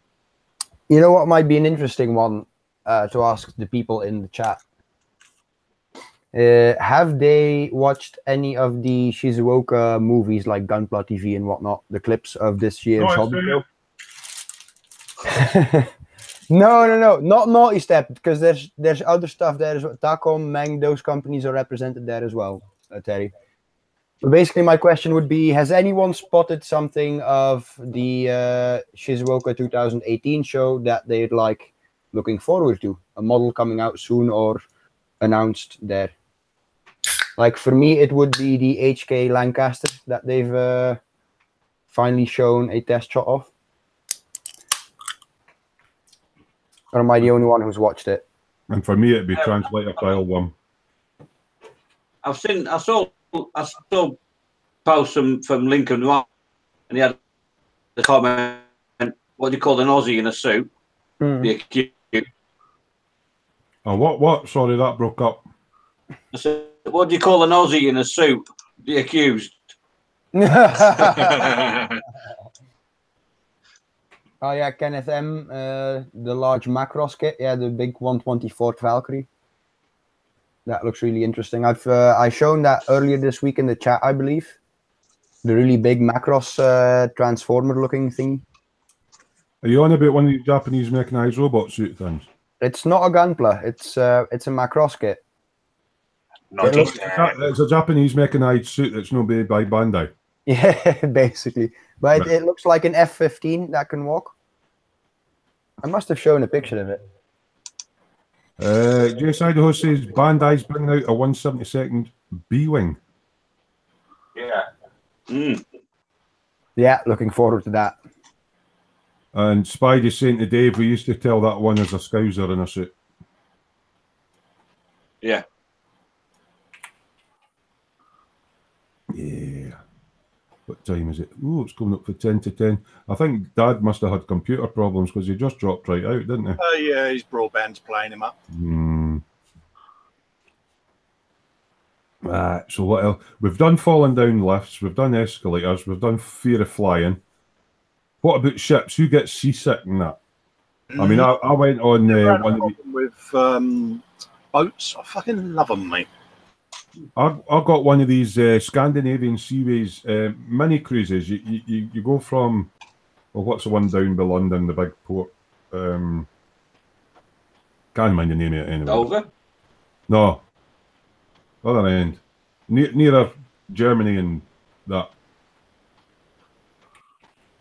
Folkestone? No. Anyway. Tilbury.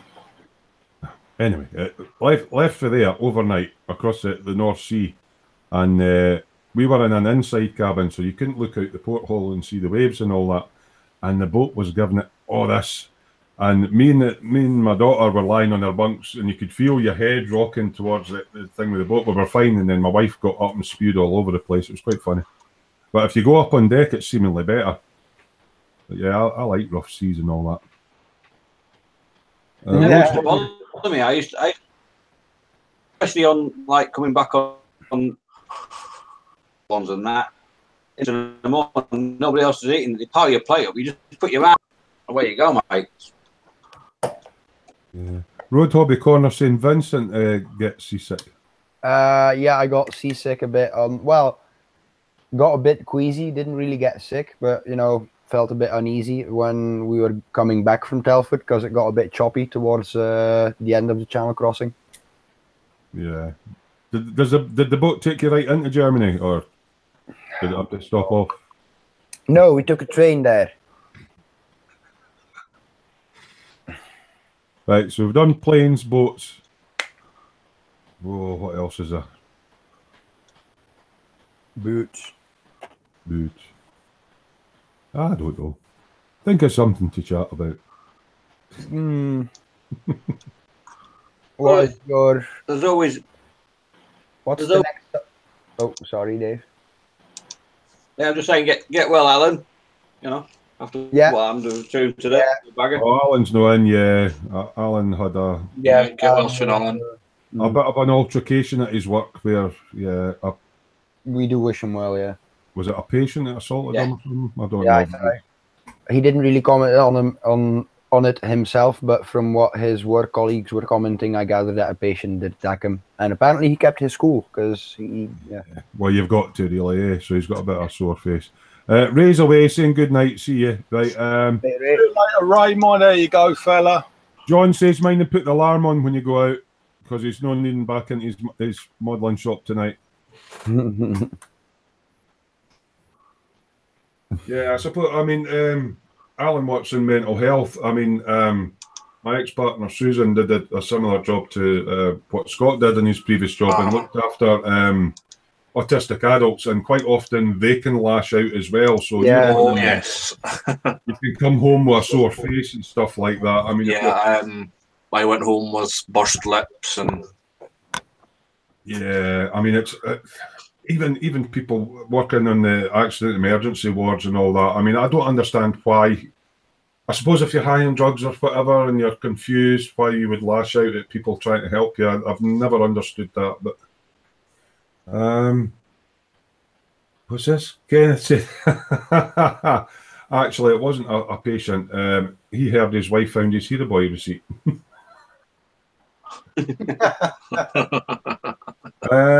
Kevin Mortimer's in. Hiya, Kevin.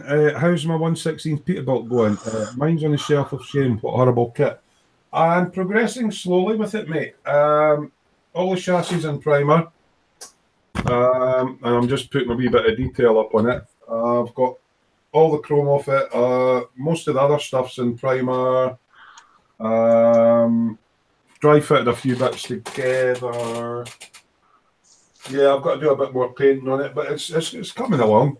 It's a slow burner in the background. Yeah, it needs a bit of fettling and work, but yeah, I'm going to put lights in it, so it's going to need a bit of fettling anyway. So yeah, slow burning project, and hopefully it'll make a nice looking kit once it's done. You said fettling. Fettling.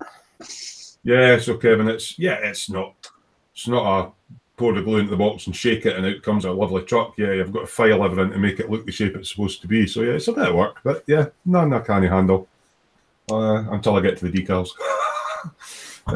Yeah, so I'll be fine. Are you playing with your giggery thing, Scott? Yeah, I'm just getting a sense of diorama and yeah, how it swings and where the rubble would be. piles of that girders that's pulled off the roof and a pile at the side of it. I like your thinking. Well, that's how the numpties out. If you hear any shouting in the background, excuse me, I've got the hiccups. It's a Saturday, so everybody's been out having barbecues and beer and all the rest of it. So that'll be them all shouting up and down the street for the rest of the night. I mean, not that I'm anticipating building my fire engine, but I might have been building a circuit on my breadboard. What are you working on now? Just indicators and I'm doing everything on there, mate. All the blues and twos and everything. Because I'm building a single circuit board that has everything on it. Yeah. And then I'll conceal that and then have a jack plug for it. Oh, so you're going to power it externally then? Yeah, maybe. Stop prying. I'm not gonna kiss and tell, mate. Because I was just thinking about how to get a battery compartment in with the chassis in the way in that, and you could get a jack plug in, right? Oh, it's easy, mate. It's easy. There's a gap. You'll see it. Flick through your instructions. Yeah. I've not even counted how many lights I'll need. I just bought enough. See, I'm that sad that I've already got it pretty much laid out. Yeah. I was going to write down. I was actually going to draw on it because there's the two blues in the front grille, and then I'm going to have. I'm doing the rectangular ones in the top, so I'm going to have two, one at either side and two in the back. So that's 6 and 6, and then there's ones at the back, and then yeah, I've not counted them yet. Yeah, then you've got your side trailer lights and all of that lot. Oh, fuck me, yeah, there's a few. Yeah. But I mean, they're standard bulbs because I'm waiting for me nanos to arrive. But Right. What's this? What's Kenneth saying? At least Alan can 3D print a mouth guard for work. Yeah. I suppose you can laugh, but the guy's going to be sore, eh? Oh, Kevin's put a message in and took it back again. He giveth and then he taketh away. What's Vincent busy beavering about? Cleaning my airbrush. Oh, that's exciting. Yeah, very exciting. You still whittling away at the bench, Dave, or are you sitting chilling? I'm trying to work my way through this fair lady to be done. And I've got the edges now. Nice. All right, Nice just clean it up. Yeah, doing a bit of clean up, yeah. Yeah, there's good kits, aren't they, those Aoshima ones? Lee Eagles has got a question. What paint do you need to paint resin car tires? Bog standard primer and acrylic, mate. I mean, yeah, I just use Stino Res for flat black primer as my rubber black even. Just yeah. make sure you wash them thoroughly with Yes. water. Wash them first. Exactly. If you've got a, that was a tip Colin gave me. If you've got a, what do you call it? I've got one. The fucking wee bath thing that you put water in and press a button. The Parts washer. no, the wee vibrator. Oh, the ultrasonic. Ultrasonic. Yeah. Good Yeah, one. just put a bit of Windex or something like that in it and throw your bits in there, mate. Happy days. Yeah, throw your bits in the ultrasonic. Apparently it's like, great. I would be careful what bits you put in it, you know. Yeah, get just dish soap, Lee. You know, I thought you were supposed to put your bits in there. I thought I've been putting the wrong things in my ultrasonic. Yeah, it's amazing how much cheese you can get. Oh, we know. Oh, yeah. I thought we had this discussion about putting your bits in the ultrasonic cleaner. Yeah. Yeah. Mm. I usually put my spectacles in first. That way, yeah, they're nice and sparkly. Hey, mate, I don't mind. It tickled me ivories. Lovely. Kevin saying the Peterbilt's a Beastar model. I'll have to persevere with it. Yeah, I only do wee bits of it now and again. I mean, I haven't done a lot. I want to get that bike finished. You treat your Peterbilt as I treat my E-Type Jag. I mean, I always like to have what I call a background build, which is a large kit with loads of detail that you can just pick up every now and then when your mojo's flagging and do a little bit of work on it. Put it to one side, you know, and you've got your mojo back. I mean, my E-Type, I've been building that. You know, I had air when I started that. But now you're thinking about lighting it up. Yeah. Yeah, and the distinctive sound of the Jaguar straight engine as well, you know, it's got to be on the soundboard, isn't it? So, yeah. Yeah, I'll need to chin you for some of these soundboards or tell me where to get them because you said you got them quite cheap. Oh, yeah, I've got a stash of them, mate.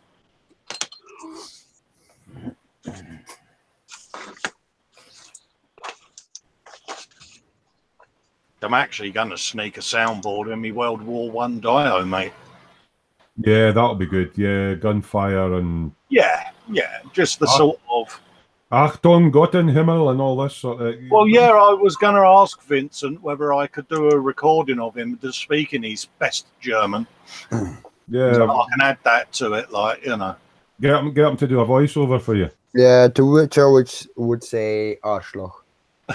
Yeah, I know. Not very nice, is he? I think Kevin's having problems with his keyboard and he's typing all the letters in, but probably not in the right order. Legal saying my mojo keeps going whenever I open a kit box. It takes me 2 days to open a kit box going by this lot, so yeah, that's maybe why my mojo. I have little figures that I paint when my mojo's flagging, and I start them, you know. Is that you starting another one? Yeah, that's Barbosa. That's his hat.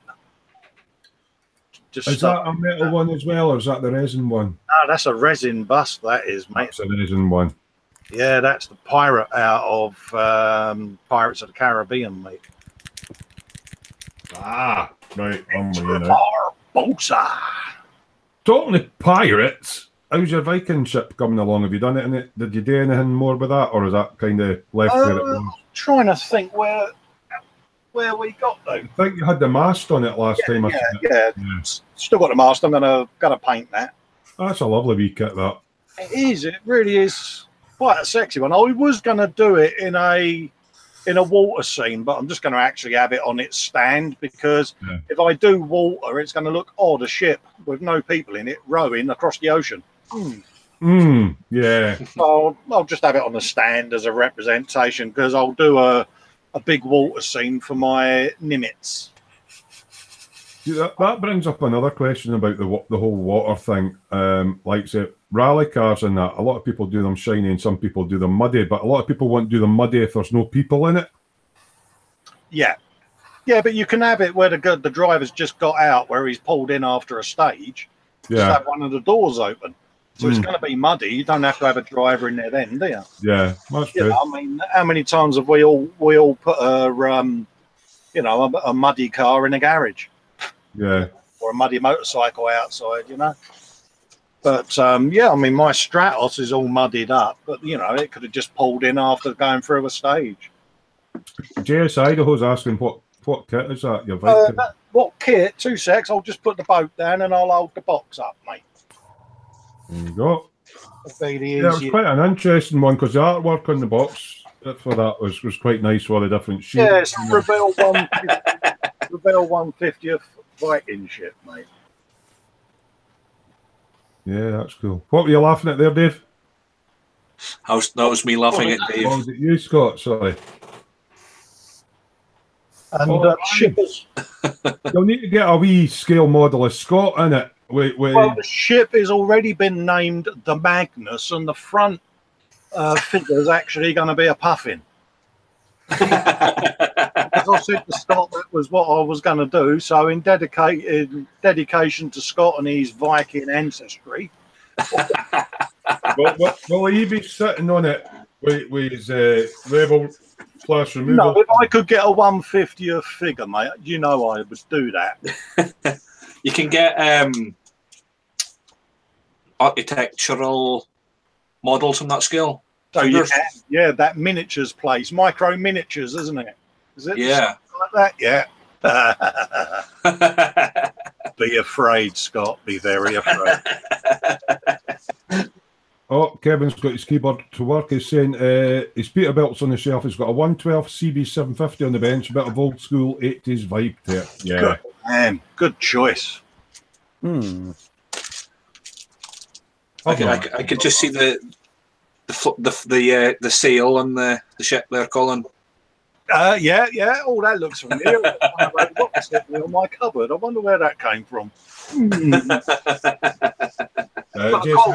We was out and about, and my missus, been as supportive as she is, sneaked off and come back with a couple of kits for me. Oh. So that's a Titanic on that. How will your drill holes look, Colin? How will your drill holes look? That's the question. How will my drill holes look? Hey, mate, I won't be able to drill them unless I'm on a shake hand free day, so I'll give it my best. And one of those, loads of rigging and sails, Terry. Oh, cool. Oh, help me. You'll be needing some of this Easy Line then, Cole. Oh, I have a stash of Easy Line, mate. See that Titanic you've got? Is that the same scale as the one that Mike's doing? Oh, I ain't got a Scooby, mate. I think Mike's one's quite a bit bigger than that, isn't it? Yeah, I mean, that one I've got, there's only a little 1/700.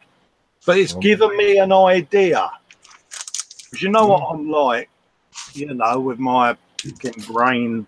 I kind of wanted to do it as the actual shipwreck sunk in a tank of resin. Uh-huh. Oh, but broken.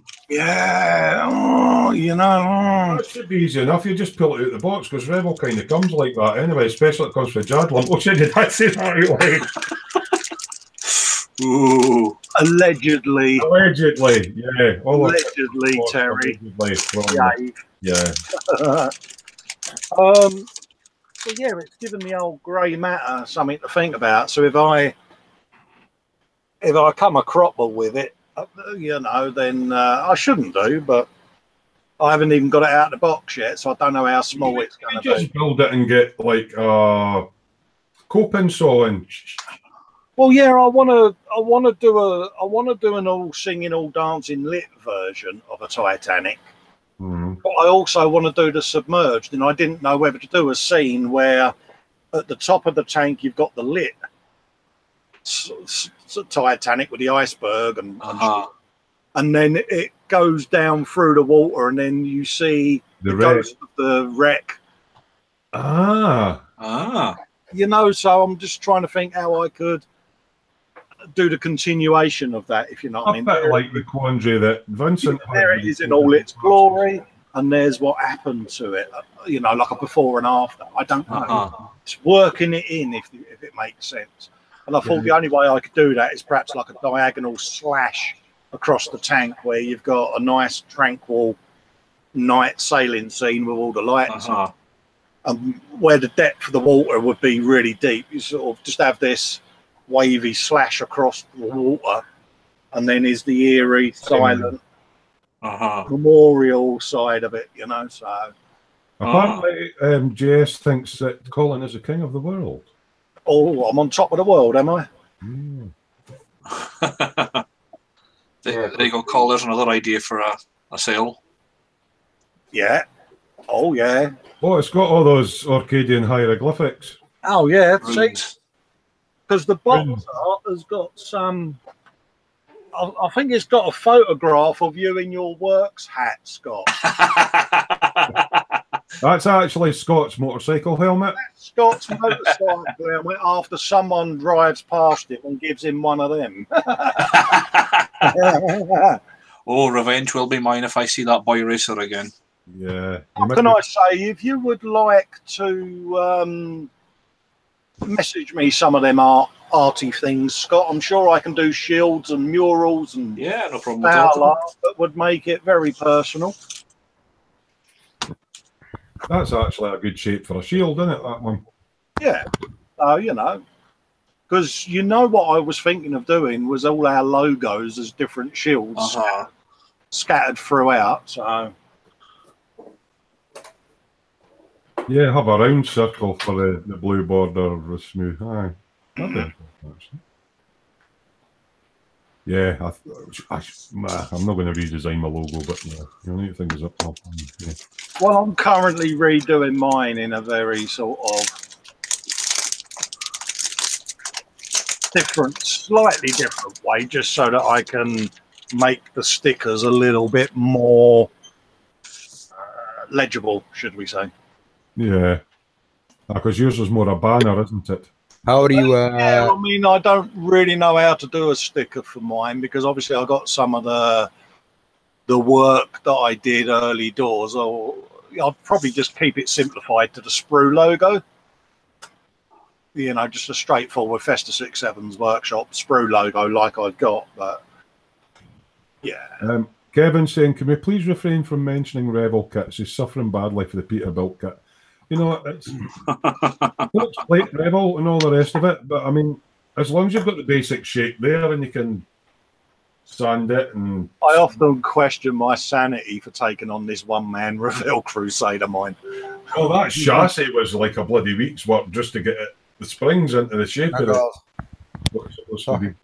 I mean, some of them are all right. Yeah, no, I mean, I had a lot of that with me bus.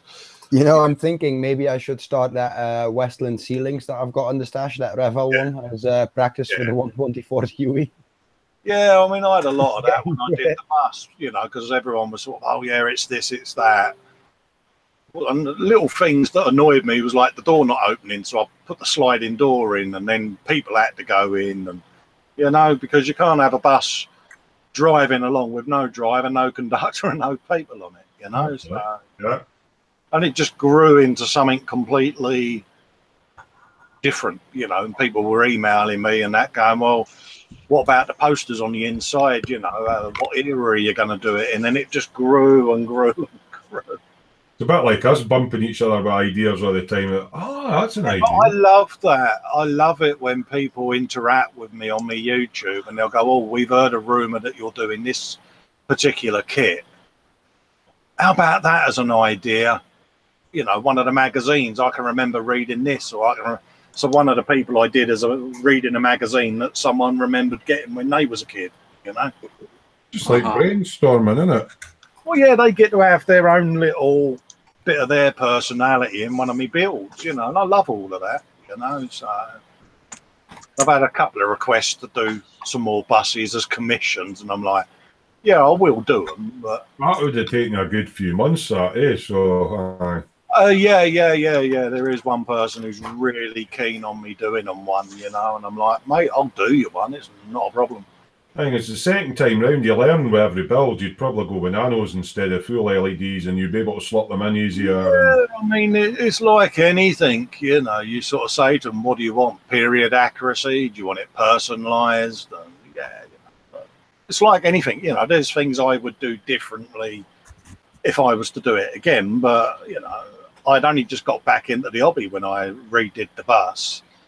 And, you know, I built it with what LEDs and equipment I had around my house, you know, so. Yeah, I don't think Kevin's enjoying his Peterbilt, he says, because building that CB750 after it is like pure model porn. Yeah, it's sitting there a bit. The Peterbilt has slight warp problems, doesn't it? Mm.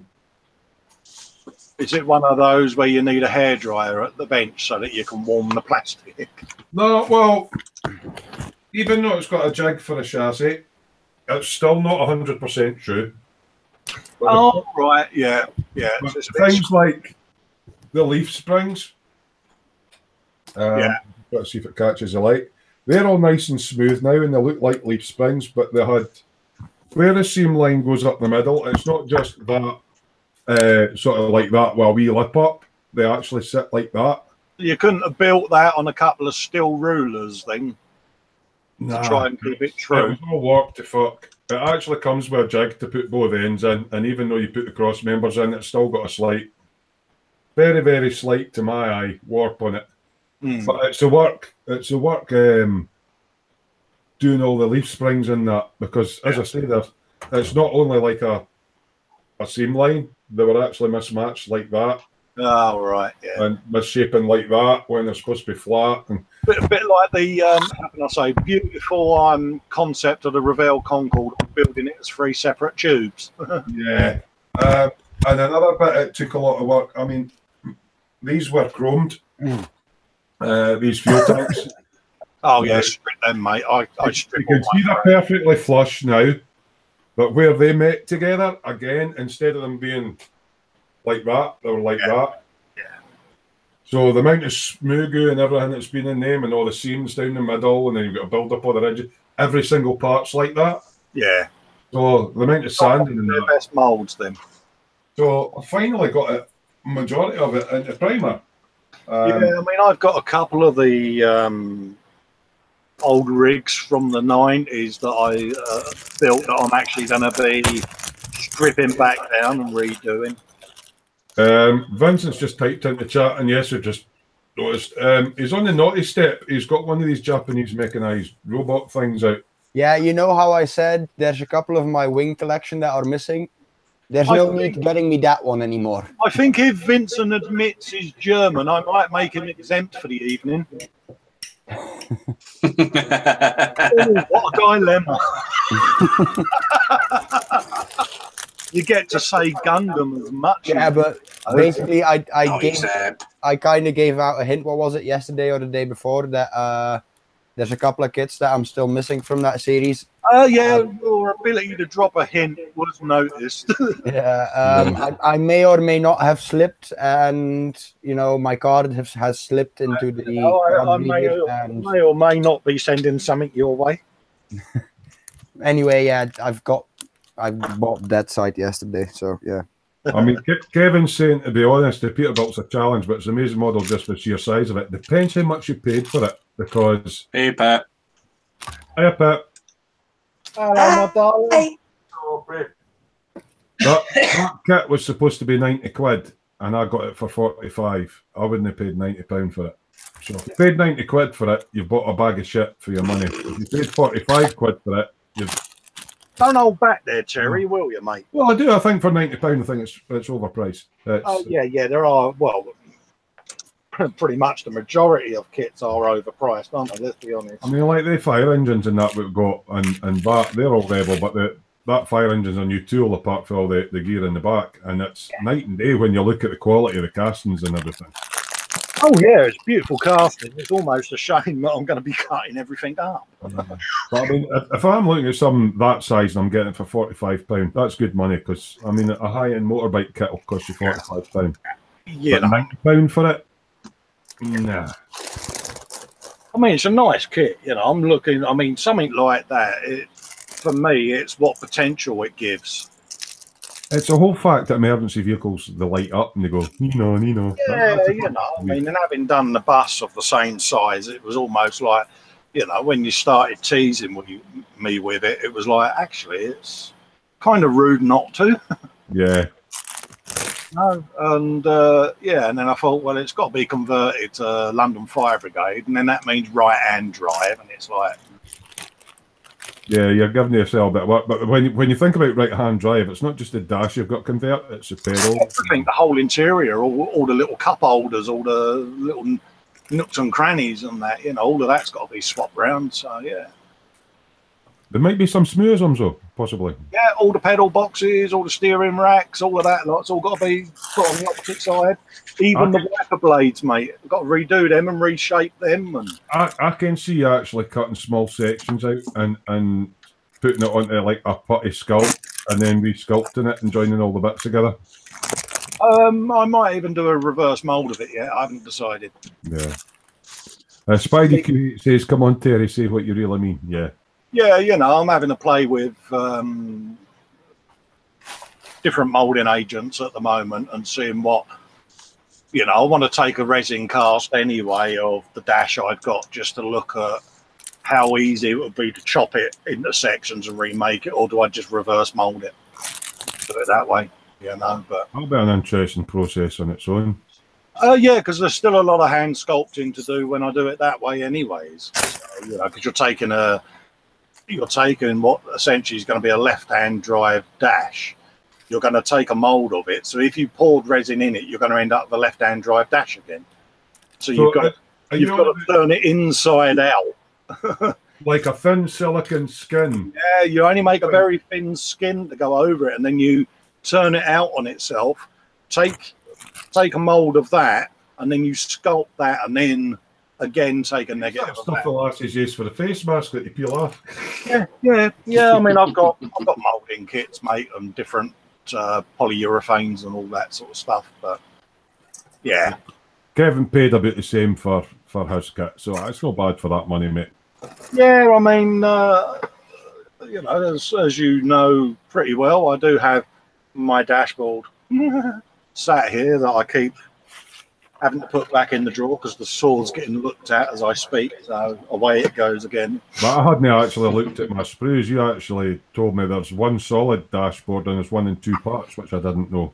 Oh, yes. Both of them are left hand. Yeah, they give you 2 dashes because I have both of them out. They give you 2 dashes because are they both the same? One's for the fire engine, which is that one. Mm-hmm. And that one is for the MAN HGV truck cab. Ah. So you get the 2 dashes. So, right. Yeah. But actually, you know, yeah, they are, I would say similar, but they're not actually. But yeah. I know Paul Stewart's looking for a bin lorry. I actually think that would be an ideal candidate because the whole back end you can you have the cab and the chassis instead of putting the fire engine back end on. Yeah, you could scratch build a bin lorry or a bin lorry rear end quite easily, just out of plastic card and that. You know, Google the images. You know. Yeah. yeah, you know, I mean, because the way I look at that, you know, the chassis lends itself to a multitude of different It's options. basically a box on the back, isn't it? That one, Oh yeah, you know, so but there's loads of things I've got to modify for it, like the sliding roller shutters and Yeah, I don't know if I'll tackle that. I'm thinking I might try hinging the cab because it's got lovely engine detail on it.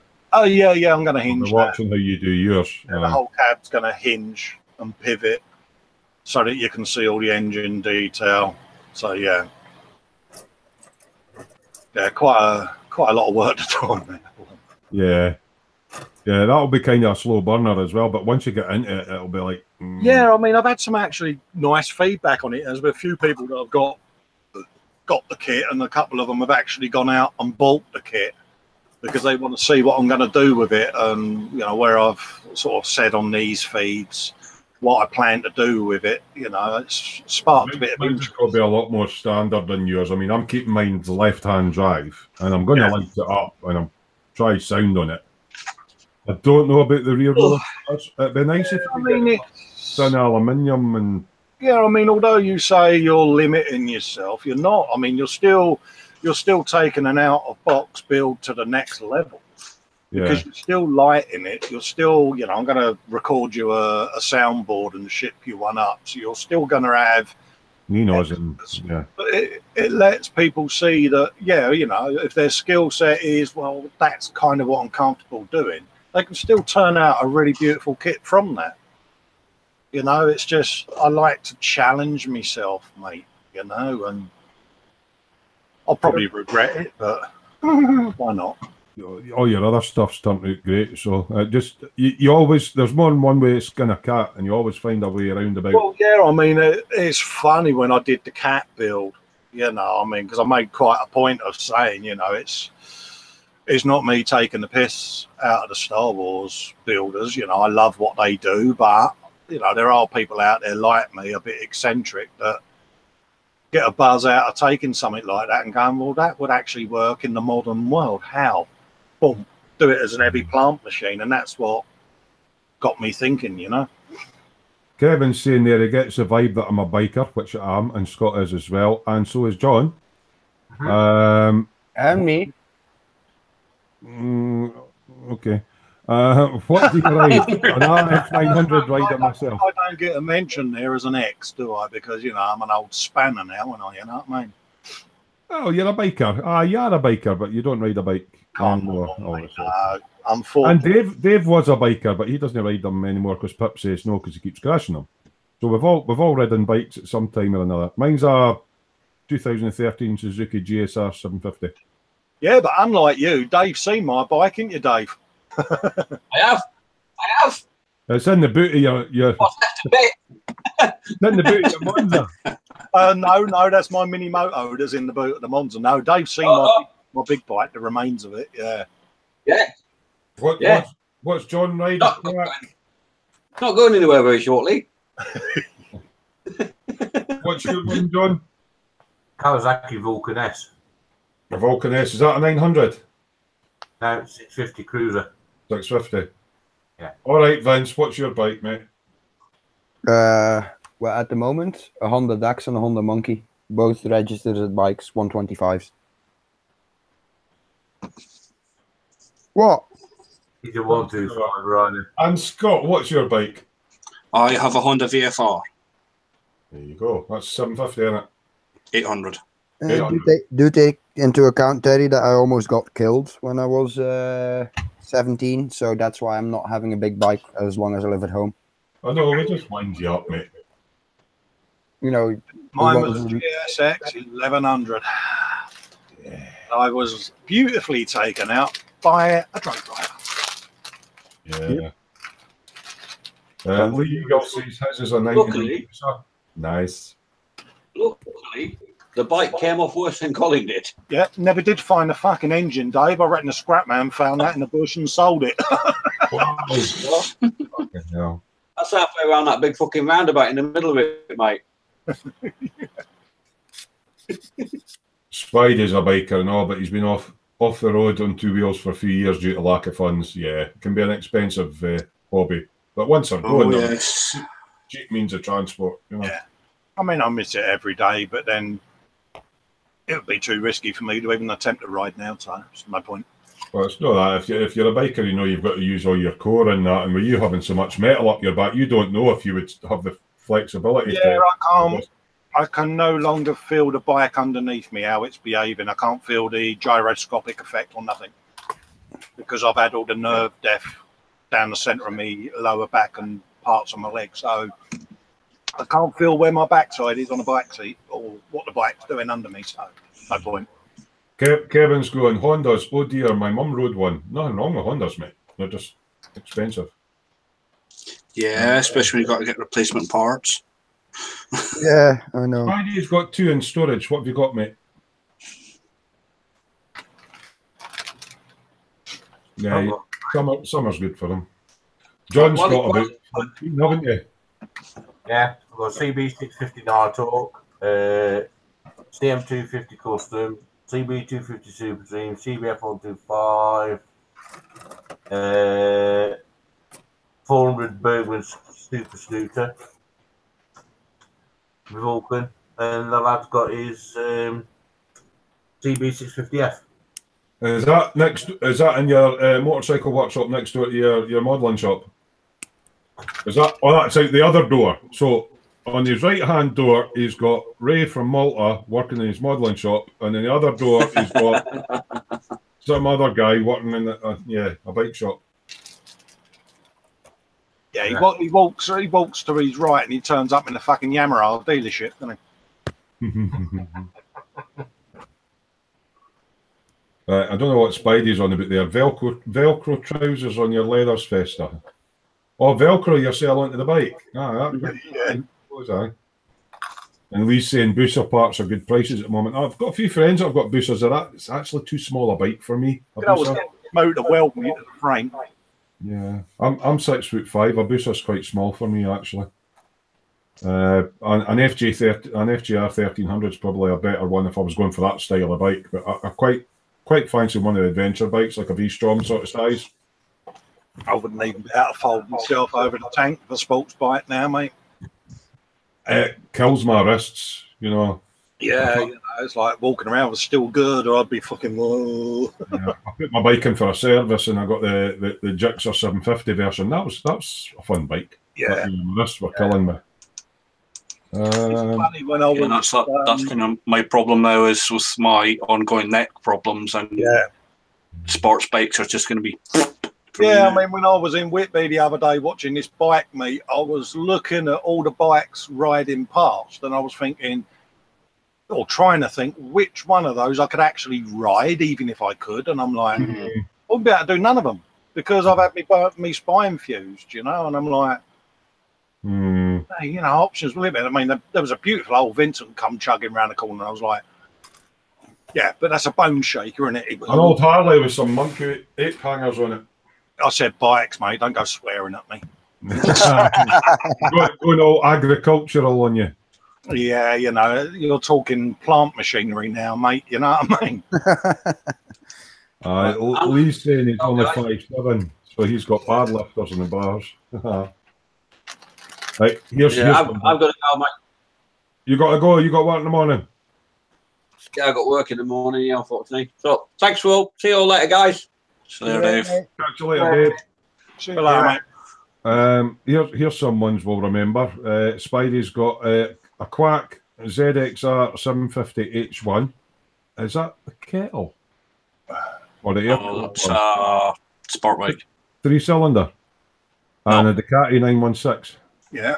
He did have an Enfield 350 Bullet as well. Oh. Kevin says, absolutely piddling the rain, went to my shed to grab another beer. We're probably actually getting to about the time we're going to close up for the night, actually, because that's about 10:30, and Colin gets sore if he's sitting in his chair for too long. Yeah, it's not the most comfortablest of chairs, this one, is it? Yeah. But, yeah, thanks, everybody, for tuning in. Again, apologies I wasn't on last Saturday. I wasn't feeling too great. So, if you're not in the dungeon, get yourselves on the dungeon. Start sharing all your work and that. And well, hopefully next week it's not quite such a long show. I felt I had to catch up and just show everybody's work, because it's quite a lot of people's favourite part of the show is seeing other people's work. And Spidey's saying midline 4. Just like the RC. Yeah, I was thinking of the 750 triples. Right, so they were the KH 250, 750. Oh, it was a KH, it wasn't a ZXR. Yeah, right. It was H. That was confusing me. Right, so thanks very much for joining in with us this evening. We'll be back again next Saturday at the usual time. So it's a very good night from me. Good night From me. And good night from me. And thanks for joining in, folks. And until next week, we'll catch you later. And happy modelling. Bye. Bye. Catch you later. Bye.